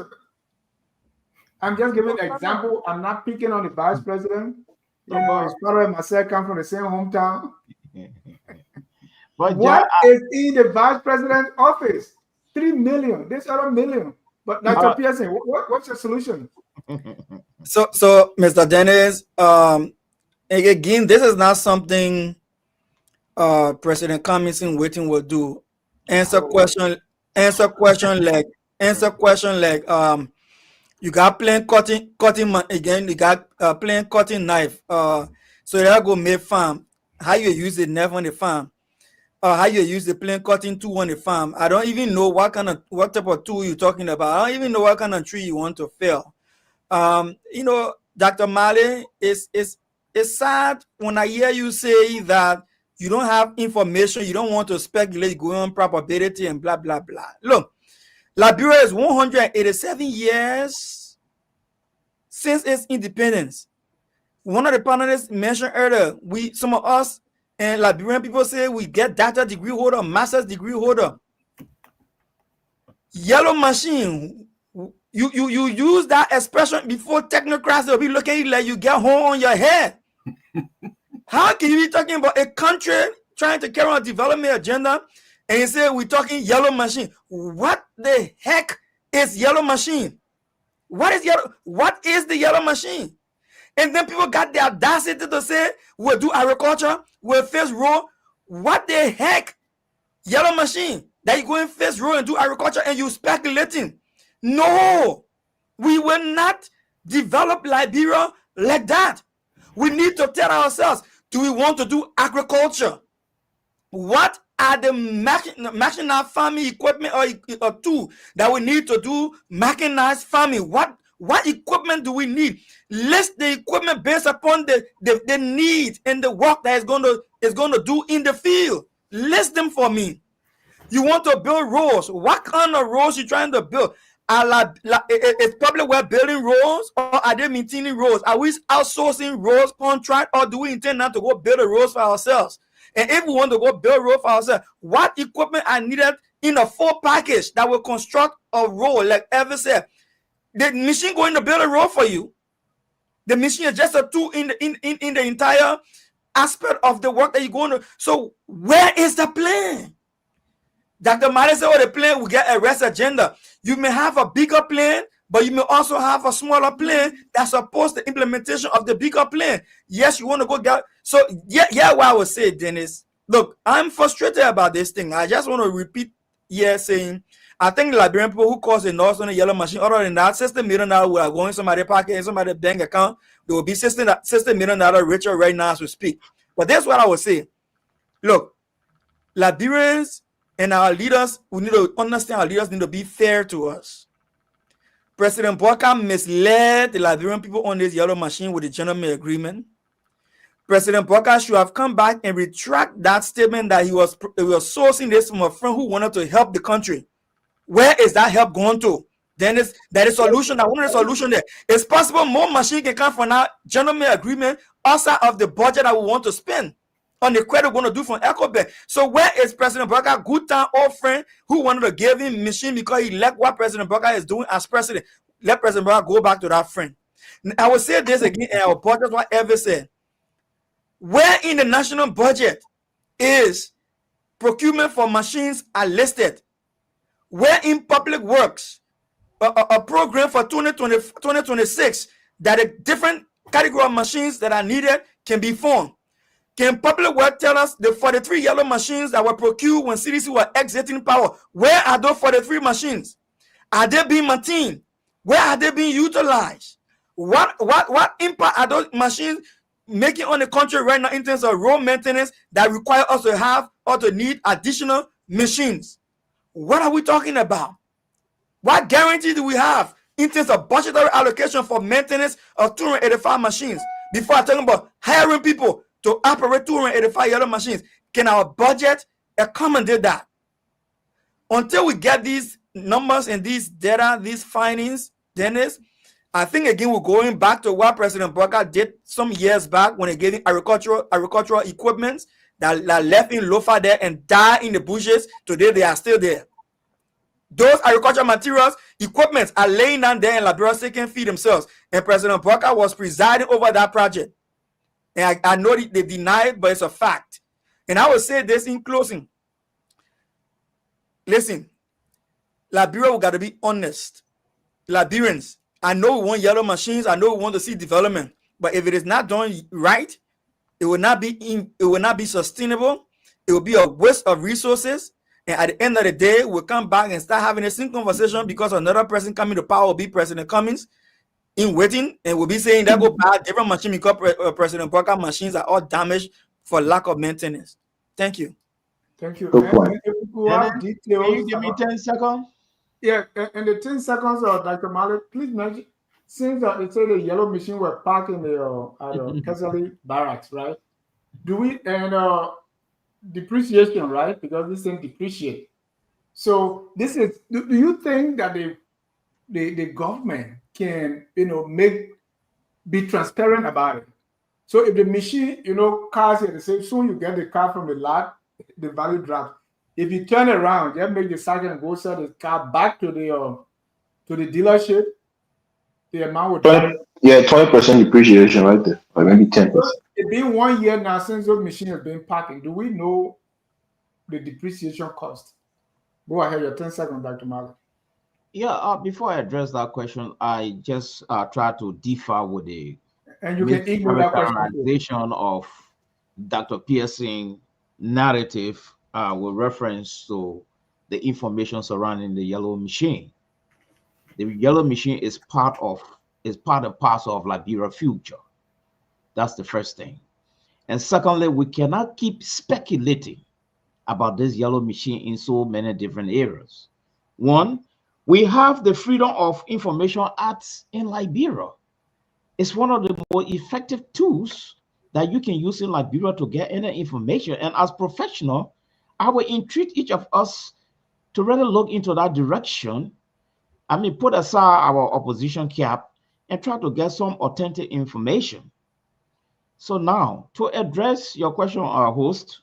And can you take the lead and get that information? No. I don't want to be in a speculation business. No, I mean, can you take the lead using the Freedom we all need to take the lead because we are making some spectacular speculation here that not adding up. Okay. Yes. No, Dr. Mali, your PhD make you automatic leader. And for Dr. Pearson, I understand where he comes. So I understand his calculation. I mean, his government in waiting, all right? But he doesn't know what is in the executive mansion. By the time he gets there, it becomes a different ball game. Democratic election is not equivalent to democratic governance. So I want to take that home. But back to your question about the depreciation, I agree with you 100%. All right. Do we need Freedom of Information Act to get that too? We can demand Freedom of Information Act to find out why these things have been depreciated, to even find out why the horse is not involved in this thing. I think someone said the horse is not involved. It's a backdoor deal. I don't have all the facts as a professional. You see, I can Mr. Mali, you follow politics. You know it didn't go through the house. Evis, Hold on, Evans. Evis, we have come of age now on this platform. We will have to talk now with facts. You see? So what fast you looking for? I agree with every one of y'all. What fast are you looking for, Dr. Mali? What fast are you looking for? Hold on, let Dr. Mali land. No, you ain't telling me the fast you're looking for. I'm coming now, Dr. Pearson. Ever just made a very interesting point here. He said this thing, he concluded rather that it's a backdoor thing, and the host of legislature is not involved in the process. So do we have a bill supporting? Let him land. No, let him just answer me. Do we have a bill that you know about that supporting this purchase? I'm coming now, Pearson. No, just answer me. We cannot take the forum like that. No, we got to be professional. Yeah, it's not yes, it's not 1 for 2 or 2 for 1. No, you wait for your turn, then we answer patiently. Go ahead, Dr. Mali. Okay. So if we are saying some of the critical thing, this is a government. Okay, this is a government. It's not a club, and we have 3 branches of government. And if I begin to hear that people have circumvented certain things and it's a backdoor deal, I mean, it perplexes my understanding of whether we have government in Liberia. You see? So I think this is one of the things, a focus on Liberia, we can make use of the Freedom of Information Act to really authenticate this information. I would be very glad, instead of speculating or joining the people in Liberia to carry Roman all over the place, because that's one of the leading things in our country right now. And sometimes I don't like to play in a vineyard.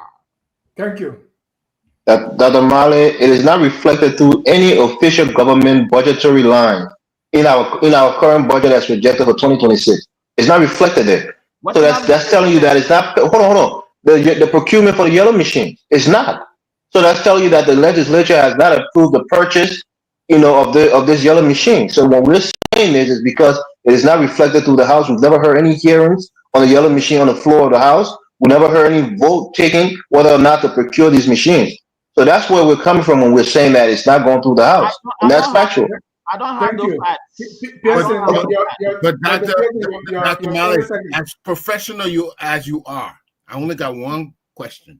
Yeah. Are you not concerned with the lack of transparency for $285 million yellow machine? Are you not, as a professional who has gone through several audits, several projects, and several different implementation, are you not concerned that there's so much lack of transparency and accountability with this whole yellow machine project? I will be very much concerned if I have all the facts. No, but you don't have it. I think I will be very much concerned if I have all the facts, because the facts will speak to the topic. I think answer you. What do you need to get the fact will speak to the topic, and when the fact speak to the topic, it will either take me left or right. Thank you. And what do you need to get the facts? How long? Well, we are running a society. This is a government. We have what we call the Information Act in Liberia. People are using this instrument. Okay, thank you. Yeah, So so why we can't use that rather than the Martinelli? look. Let me take my 30 seconds. So Yeah, we can move to our last topic. Dr. Martin, your defense on the basis of you don't have. I'm not defending. And you don't want to say we'll get each other time. So give me a chance. They see what you're irritating me with your lack of. Let me irritate you as well, right? So let me tell you something. When you go to the poll to elect a candidate who is advocating on 40 years government experience, you're not going to elect that candidate on the basis of you got to come and tell him what kind of document he needs to show you so you can have information. Dr. Martin, when you are procuring anything above like something like $83 million worth of taxpayer money to be spent, don't you think it should be approved by the national legislature? Don't answer me. I meant to answer my own question here now because you get information, right? So even if by any means there was a public hearing on the yellow machine in the house before the deal is struck for that machines to be purchased, wouldn't you have seen a public hearing or year of that public hearing? Even if you didn't have the report from the hearing, don't answer me. You don't have the information. Even at that, if they had to be saying what the president said, I struck this deal and I want it to be passed so that we can go and procure this machine because of the importance of this machine for the Liberian people, and we need it come what may. Even if the bill say our last money was spent to get it, we get it. Will you not see the bill that the president will send to the legislature and say, can you guys pass this bill?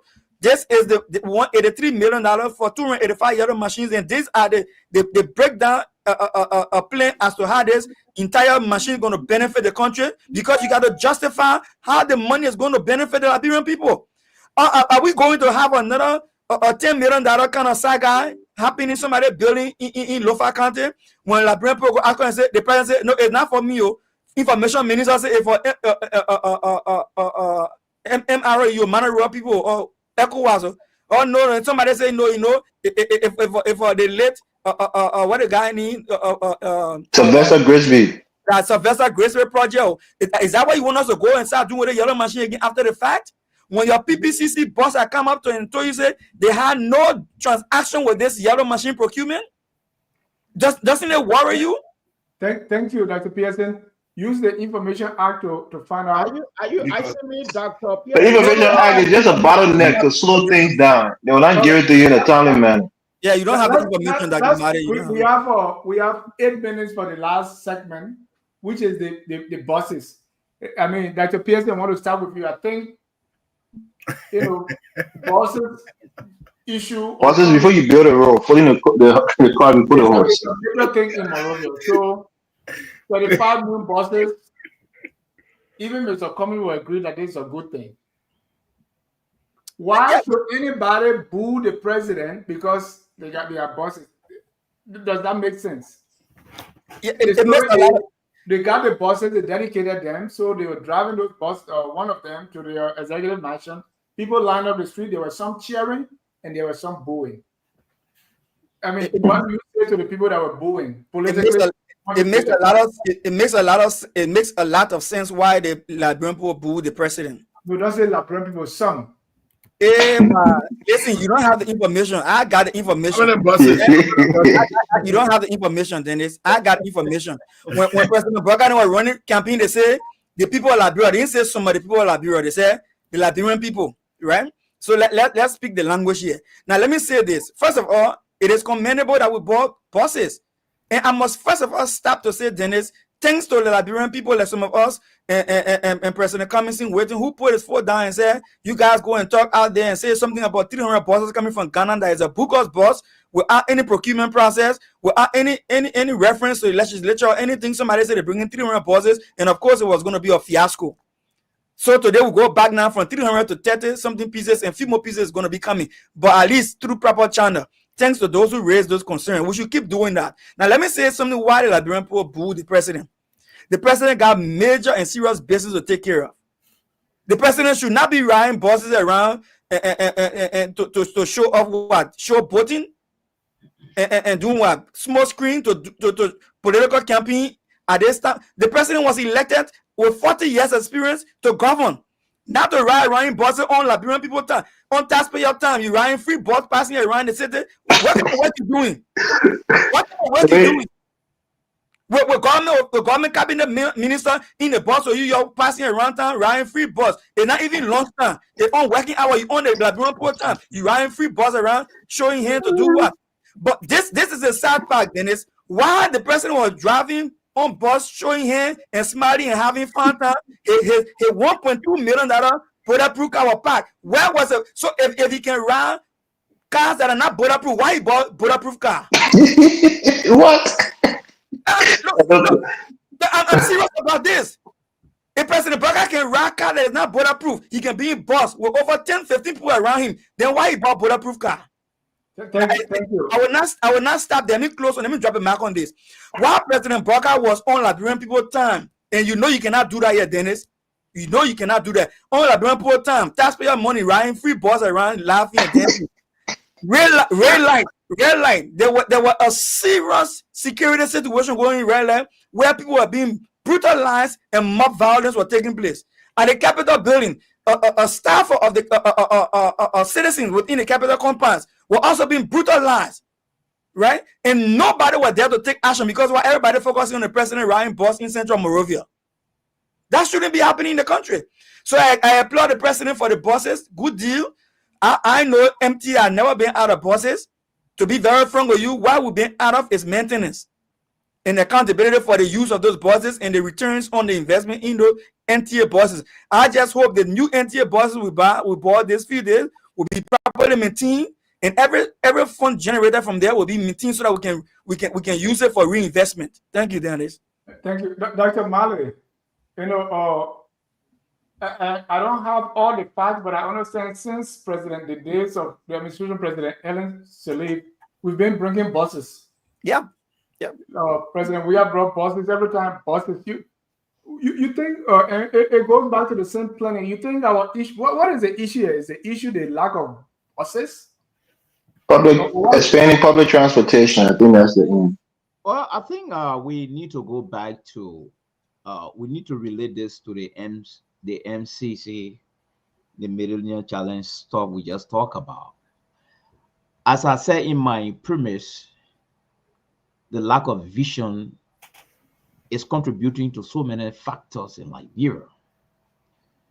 But apart from that, I just want to let Dr. Pearson know that a responsible president will want to be people-oriented. A responsible president will always look for a means to connect himself with his people. So if the president is sitting on board a bus, it speaks volume of his connection with his people. It speaks volume with the type of society we are running in Africa. And if the president is riding on that bus, he's still on the time clock. Yes, he's still on the time clock. President, we are playing Lulu.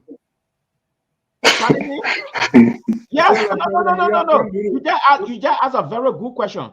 President, we are playing Lulu, or President, we are went to nuclear town and sitting with people in the kitchen. Right.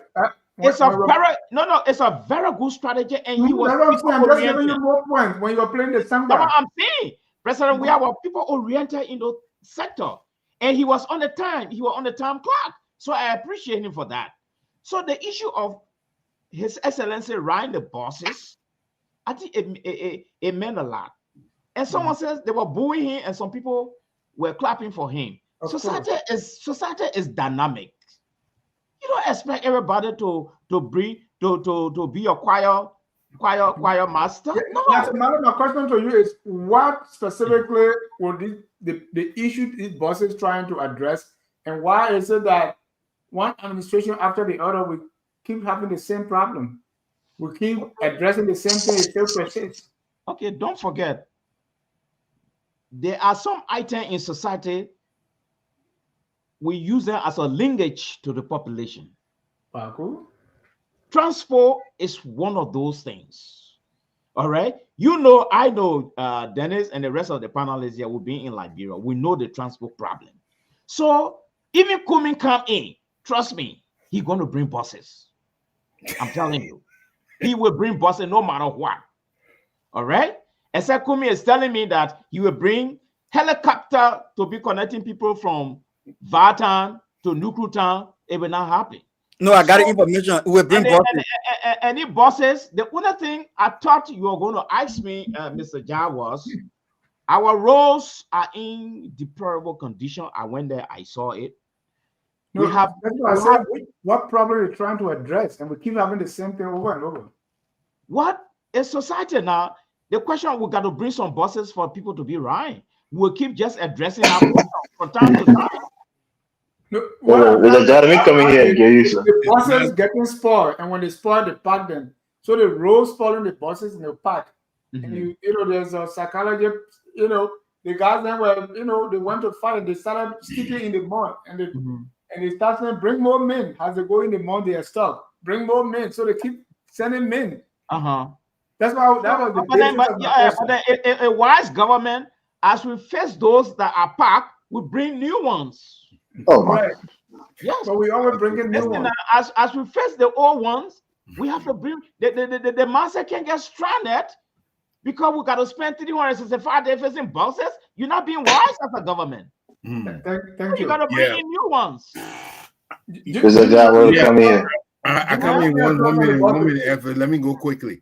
So, Dr. Mali, I really admire you. Please address our audience. Don't address Dr. Mali. No, I do admire you. I want to tell you, Liberian people not seen today as long ago.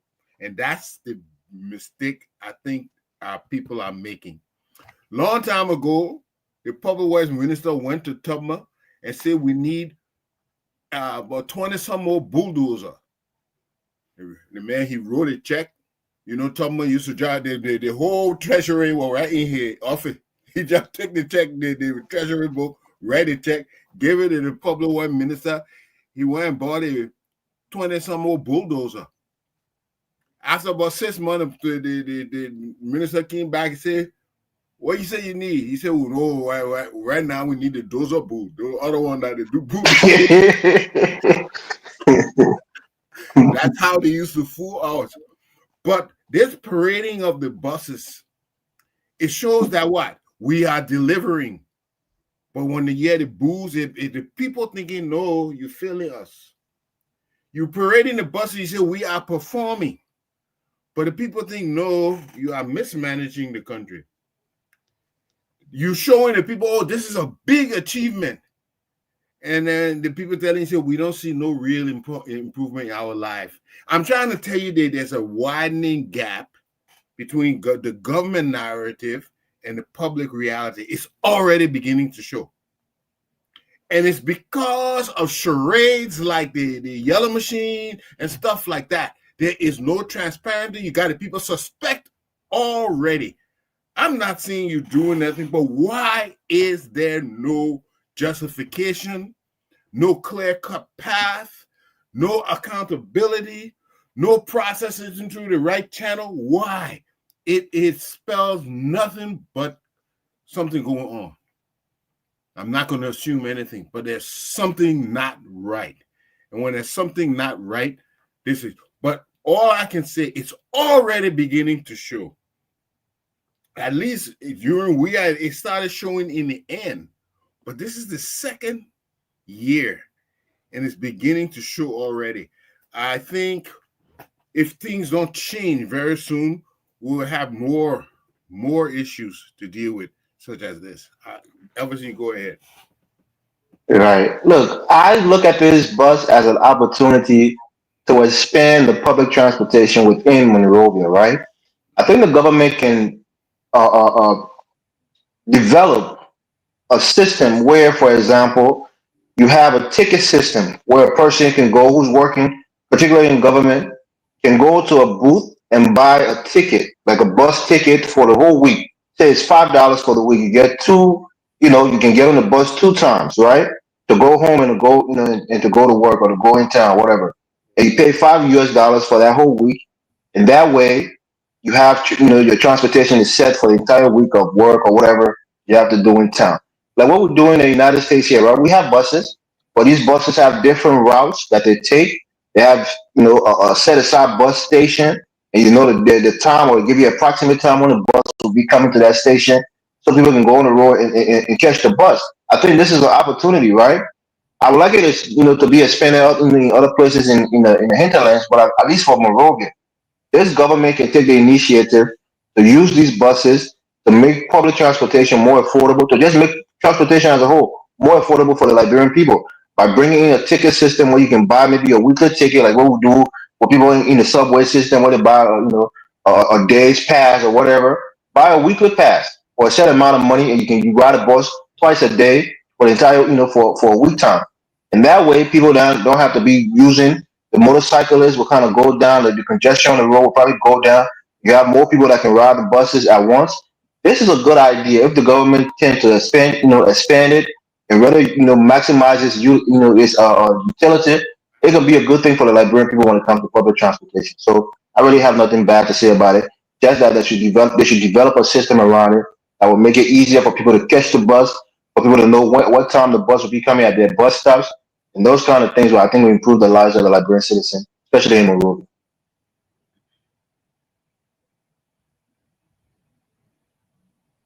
Why do you think the previous attempts failed? Don't answer that question. So, Jimmy said that something inside. Take a look at it. Who are you asking? you want to play the music? Why you setting it up, but we don't hear the music. No, you don't have to hear it. There was some music that said that something inside. Oh, that's something inside.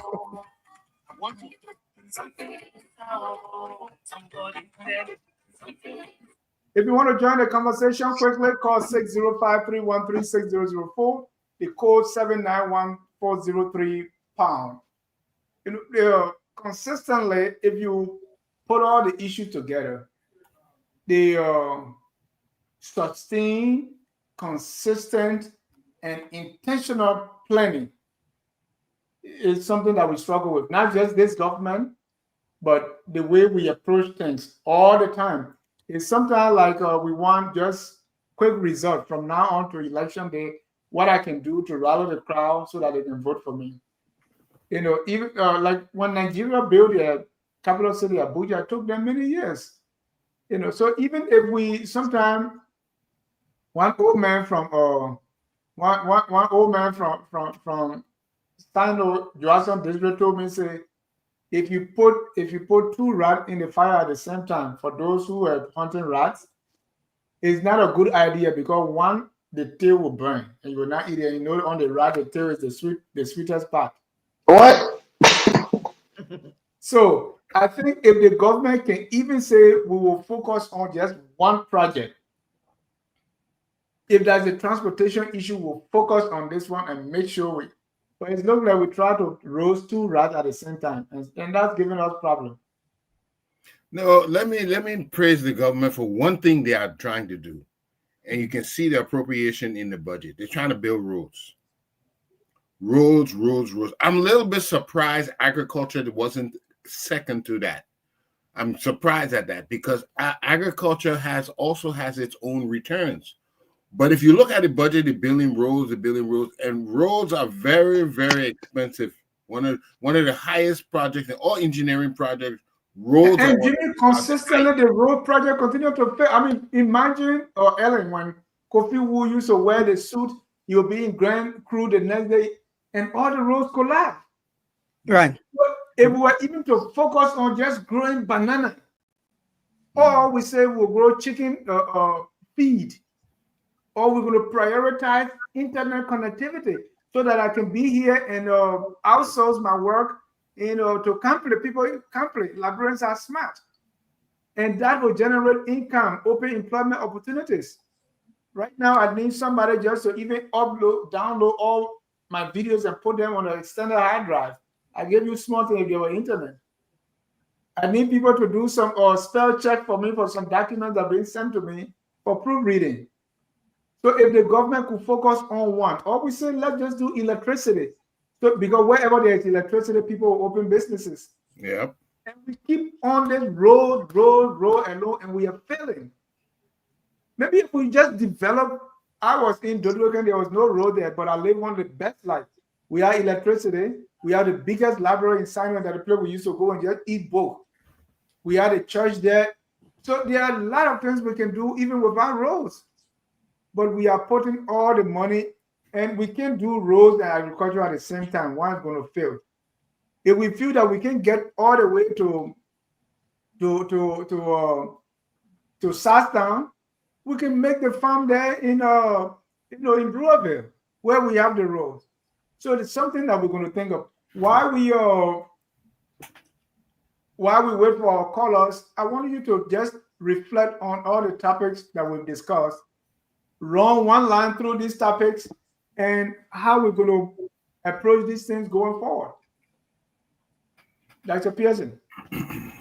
Thank you, Dennis. I think when it comes to the MCC scorecard, just take me out of your that question for now. I think when it comes to the MCC scorecard, one of the things Mr. Cummings President Cummings in Wilton will do will be that, and this government can learn from will be to basically put people on those indicators, right? Or assign those indicators to sectors in the to ministry and agencies that has something to do with that.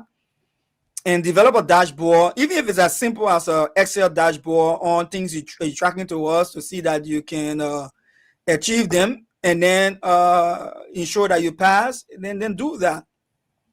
When it comes to the issue of the yellow machines, maybe let me interrupt. Advise this government. Let's say even if Mr. Cummings does not become president, what can the current government do today? I'm not taking pay for that. President Broca got 40 years experience. I didn't utilize that. So you gotta do it as a patriot. Do it as a patriot. Do it for your country. Listen, I'm making my comment, and if my comment provide assistance, that's good. But President Broca got 40 years experience, and he got people who he hired in the government that they are paying on taxpayer money. They can do the work for him. It may mean with knowledge. Yeah, that's what I would say, right? So with MCC scorecard, put people on it, right? If possible, track it towards sectors. And I know Madam Ellen Johnson did that when I was in Liberia. Across the different ministries, they had sectors on some of those indicators, and they were tracking towards that with a simple dashboard. It was in Excel, I think, at the time, and they can do the same. When it comes to the yellow machine, listen, Liberian people, we cannot just buy pig in the bag. We can't trust the corrupt politicians when they are doing anything out there. Let us question it. The more we question the things they are doing, the better they will do, and the better our country will be. So if they tell us to bring in 285 yellow machines, we want to know why, how, when, where, how much they want to spend on it, and what are they following the process. And then when it comes to the buses, it's a good thing. I mean, it's a good thing. But for me, buses are not being our problem. Our problem is maintenance, and to ensure that whatever dividend those buses are yielding through fees and that people paying to while they're using them, it has to be properly managed in the counter for so that they serve as a revolving fund going forward. Yeah, so these are some of the things that come to mind, and not necessarily any advice of President Broca because he has 40 years experience. But I think these are the things that President Cummings in waiting will do.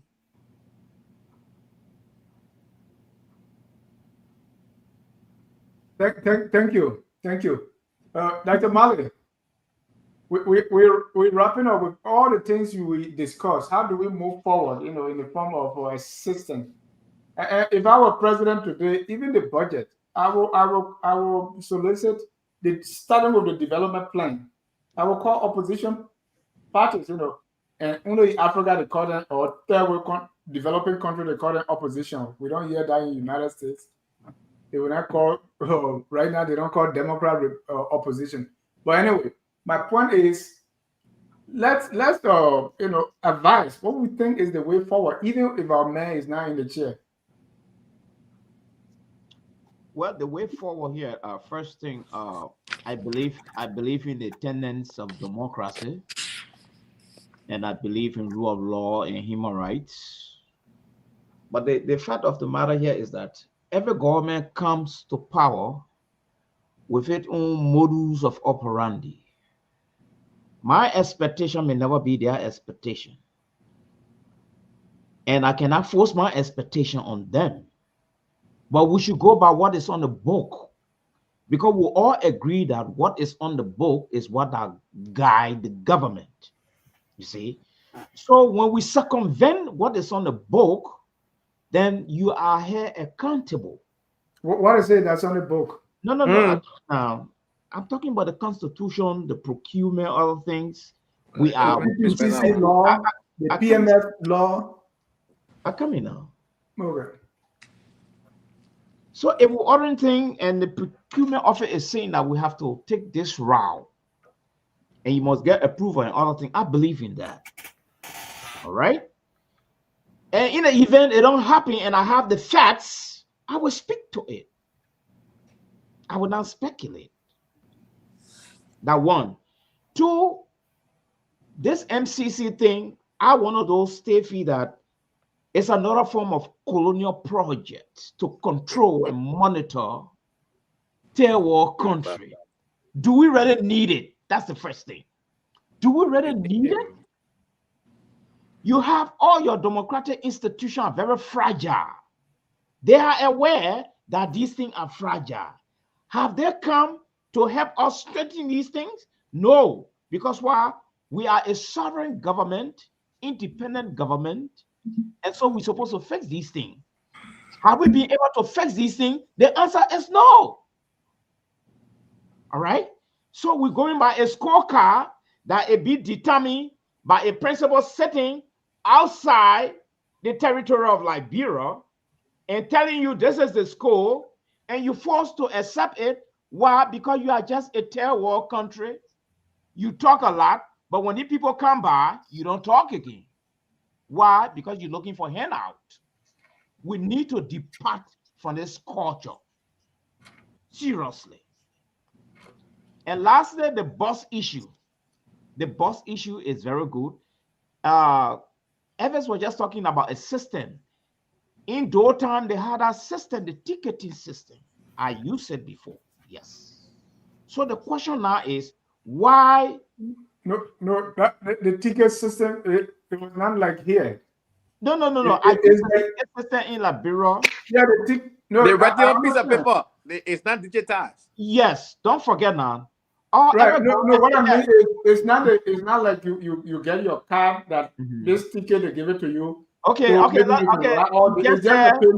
So you just said like here, right? It's not like here. Okay, don't forget about because yeah, this is developed and you get underdeveloped. So that disparity is somewhere there. So we cannot take not everything here is applicable in Liberia based on our status. Okay, let me use Ivory Coast. So for our status, what do they have in Ivory Coast, Mr. Jab? You don't mind? It's called Sotra. The busing system is a digital service. You swap your Visa card and keep it moving. Yes. They got 2,200 buses in circulation. Yes, you need education and you need to make that a built career for some people. All right? We have not even elevated our education to a certain level yet. People go to work, they're even refusing to work according to sources, but they're after money. So you need education to build that whole sector up. Including President Biden riding buses. In the absence of vision, we are not getting there. All right. So lastly, I want to say there is a need for a visionary government in Liberia. I don't know whether those presidents in waiting, including CMC, the broom man, there are so many people in waiting right now. The broom man. So we don't know which one of them is the visionary, because my concern here is that all these guys were born and raised in a corrupt culture, in a corrupt system. I don't know how they're going to straighten this thing. I don't know. You see? So it's a game of chance. ANC is a game of chance. The last time I was reading the ANC political leader, policy towards curbing corruption, I just laugh. Because the ANC has failed desperately to even put its house order of control. When certain money got missing there, nobody was penalized, nobody went to jail, no one was processed. So this is how we're going to run the society? So I was taking a 30 seconds towards that, Mr. I was just I wanted to come in here quick. So what we need here, we need a visionary government. But I don't know. You think the current government? You think the current government is visionary? No, the man, he won't answer that question, man. He doesn't have the fact for that one. He doesn't have the fact for He that. doesn't have the fact He's a typical answer to this for government. that one. You know, they were paying for lover when you said that the government is visionless. He Look, is saying out Mr. loud. Ja, the government in power dictates and determine its vision status. Mhm. I can What only, is your opinion? pardon me? What is your Your opinion? way, on this your government? way. My opinion is private. Oh, Mr. Mali.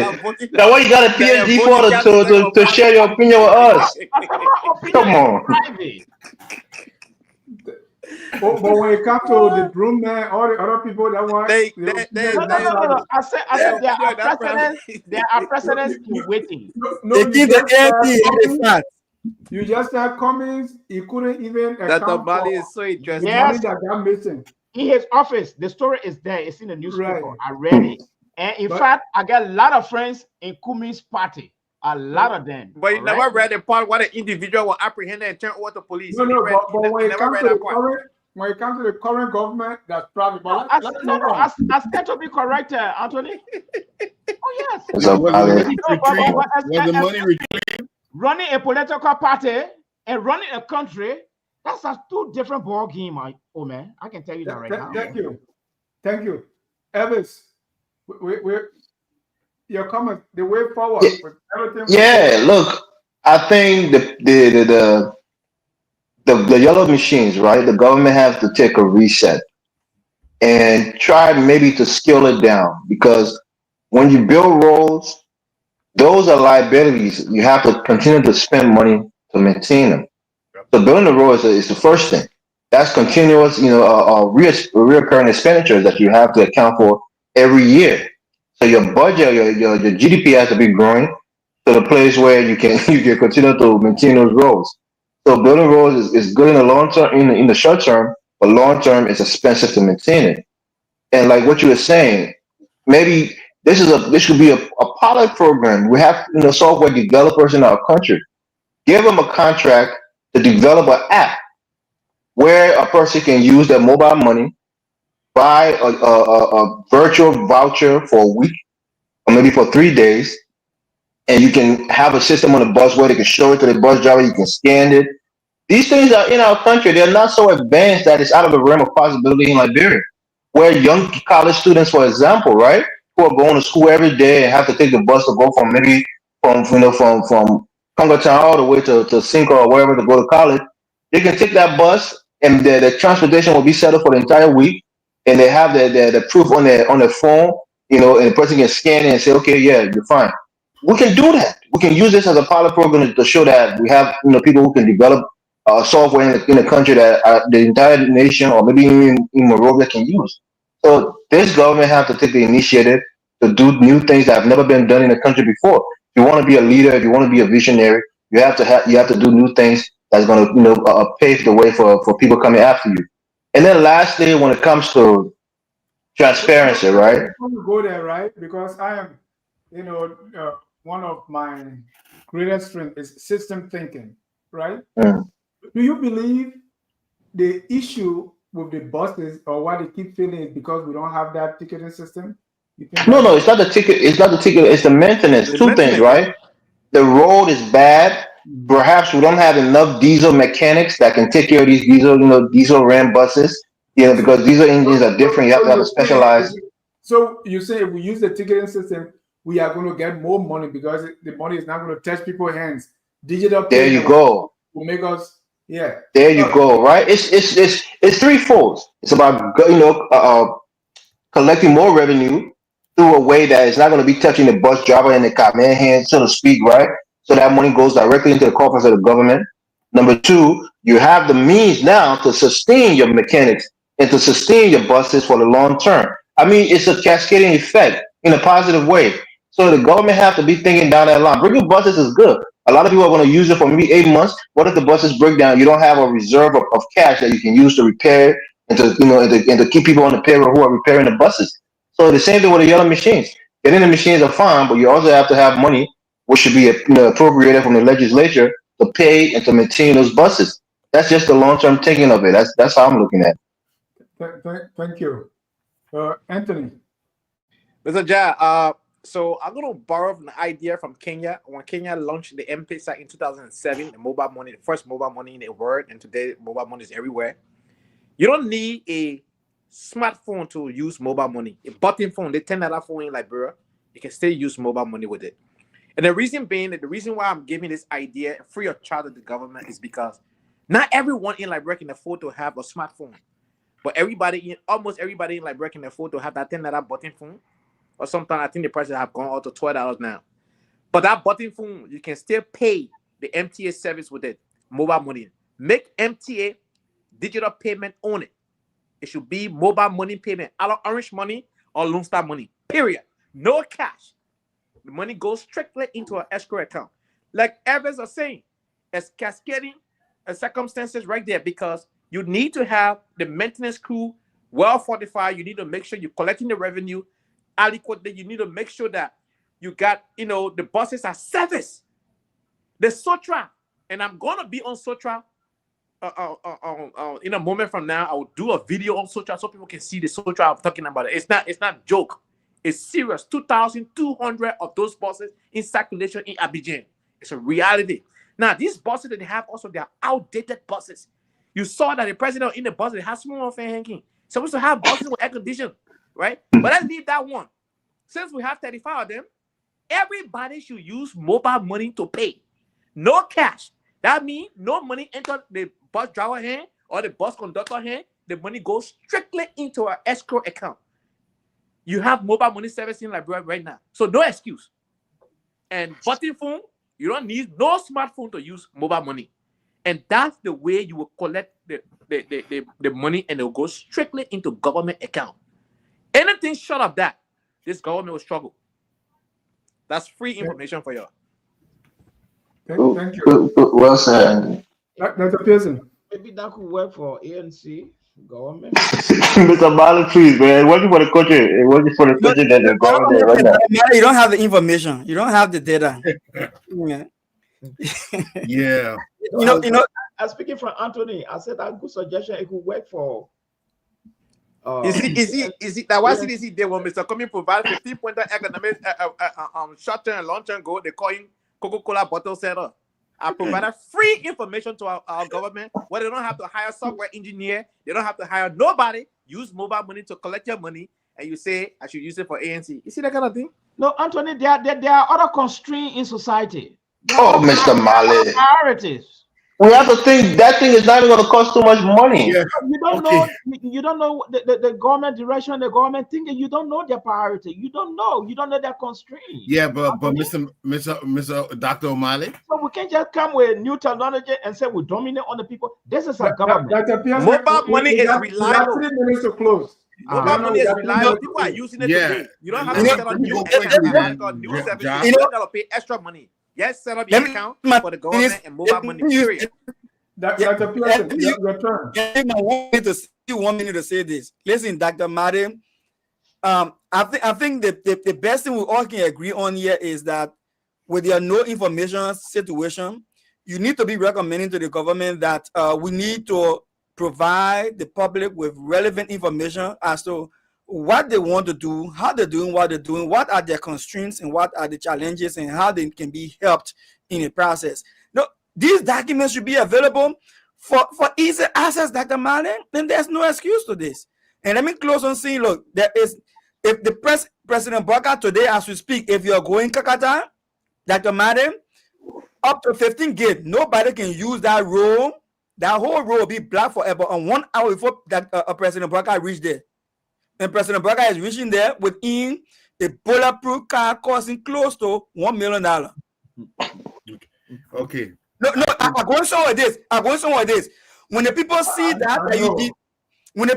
that you use them, you're using them like that, and one morning you just wake up, they see you in buses waving to them, they know you are making mockery of them. They will boo you. They will boo because it is not the reality. You are making fun of them First of all, the people know when you go into a work site, they can get on the road. They got to park their cars before you can come. Then before they can get on, now they see you getting boss, you acting like you're waving to them. Why you making mockery of the suffering people? So let me say this. No, we should take governance serious. And going forward, I pray that we will do the best we can to be honest. If you are going to work, government officials, I know we said it during campaign time. No government officials should be leaving the office and going around, boss around to have fanfare, waving the poor blowing car horn. And I seen somebody hanging to the post door, dragging a foot on the ground. When they even get motorcyclists to ride, motorcyclists can be riding to the middle to get a daily bread. But you're pressing in the boss, somebody on the door, dragging a foot on the ground. Then you're talking about traffic safety. It's like Brownway, that the business like Brownway.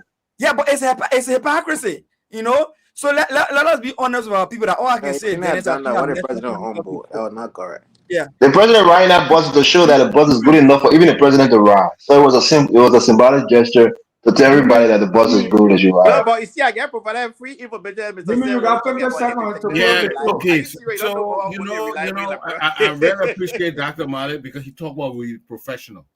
This is why I don't understand who is giving these advice. These buses, first of all, why are they using those large buses instead of smaller buses? Smaller buses, lower cost. Fuel consumption is lower. Maintenance cheap and simple. And road suitability excellent for those small roads we get there. Route flexibility. The big buses are limited. They can't take any route. Small buses are more flexible. Coverage. They go in rural area and urban areas. Financial sustainability is strong. Operational efficiency, more efficient. Longevity, longer lifespan. All these things are for the smaller buses. So what was the reason 30-seater buses? Yep. 15, 30-seater bus to go get these big buses? What this is what I talk about. There's somebody is just getting cut because this doesn't make any engineering and economic sense that we're making these decisions. As for the millennial challenge, we can't do nothing good for ourselves. So the people they say, come beg us, we'll help you, and we'll take all your resources. Since y'all know how to use it. So silly, you don't know how to turn your own way around. So that's what all that is about. And the yellow machines, it's not outlined. Again, you go out a plan. Have you compared the cost? Do we need those many at this time? How will you bring those machines there? Then you tell us, say your friend give it to you. Then you negotiate in the price. It's not correct. This is what they call smoke and mirrors. Why are we doing things this way? And then, I mean, we jump on it every year, every administration, we see the same thing. I agree with you. We need a visionary, but what we really need is somebody honest with integrity and real love for Liberia. You can have that vision, but you're still a crook. You're a crook. You're a crook. I agree with you. Yeah, Mr. Cummings is the man. Mr. Cummings is the man. Thank you, gentlemen. While we're on the call and we mention ArcelorMittal, so I place a call to a brother, and say, hey, I want to put a show together. Let's talk about ArcelorMittal. He said, I can't talk about Liberia. I think, Dennis, you have more time on your hand. That's why you're talking this, because we talk this and nothing happens. Liberia is doomed. And so I'm not going to say anything. So you guys, good luck. Well, and then give up on the country. All right. And so I want to appreciate you guys that take your time to always be here and talk Liberia. I told the people in FOL, we have the biggest network when it comes to people that are working, and that's why we have more shows than any other. Some people just get one politician and they think they have TV station. I appreciate you because we are writing a book. Whether people watch it now or later, the bestsellers, some of the bestsellers were not bestsellers at the time they were written. They were writing that was Yeah, and so this is going to be, I want to appreciate you, and I want to appreciate all those who continue to watch and continue to call and say thank you. So thank you for the show tonight and what we've discussed. Earlier today we spoke with Dr. Yuri Yakawolo in Berlin, Brazil, where they were attending the COP conference, and so continue to watch. Stuff. EPA director. we'll continue to bring you the best. Focus on Liberia. Our mission is to always, be that, give the information to make Liberia the place that attracts the world. Let me also tell you that tomorrow morning we're going to be talking about the budget. FOL Live on Kia Radio 95.9. We'll be talking about what is in the 2026 draft national budget, what is not in it, or where does it fall short, and how it can be improved. You don't want to mix it. We have the best financial brains to be there and break it down. And of course, I'll be there as the host. Since the fall of the Malayan Empire, there is nobody compared to the well-rounded, and that's me. That is Take Jack. it to the bank. That was the end of Indiana. it. Like I didn't get it. I said. I was not like this before. When I was teaching math, that was for me because I had to break it down. So when I was teaching math, the name I gave myself? The best in West Africa. That's right. Stuck. You know, Okay, gentlemen, good night, man. Let's those of us that says we are all Liberians. Have a good night. This is just a Thank joke. you, Dennis. We are Liberians. Liberia is our home. Liberian people.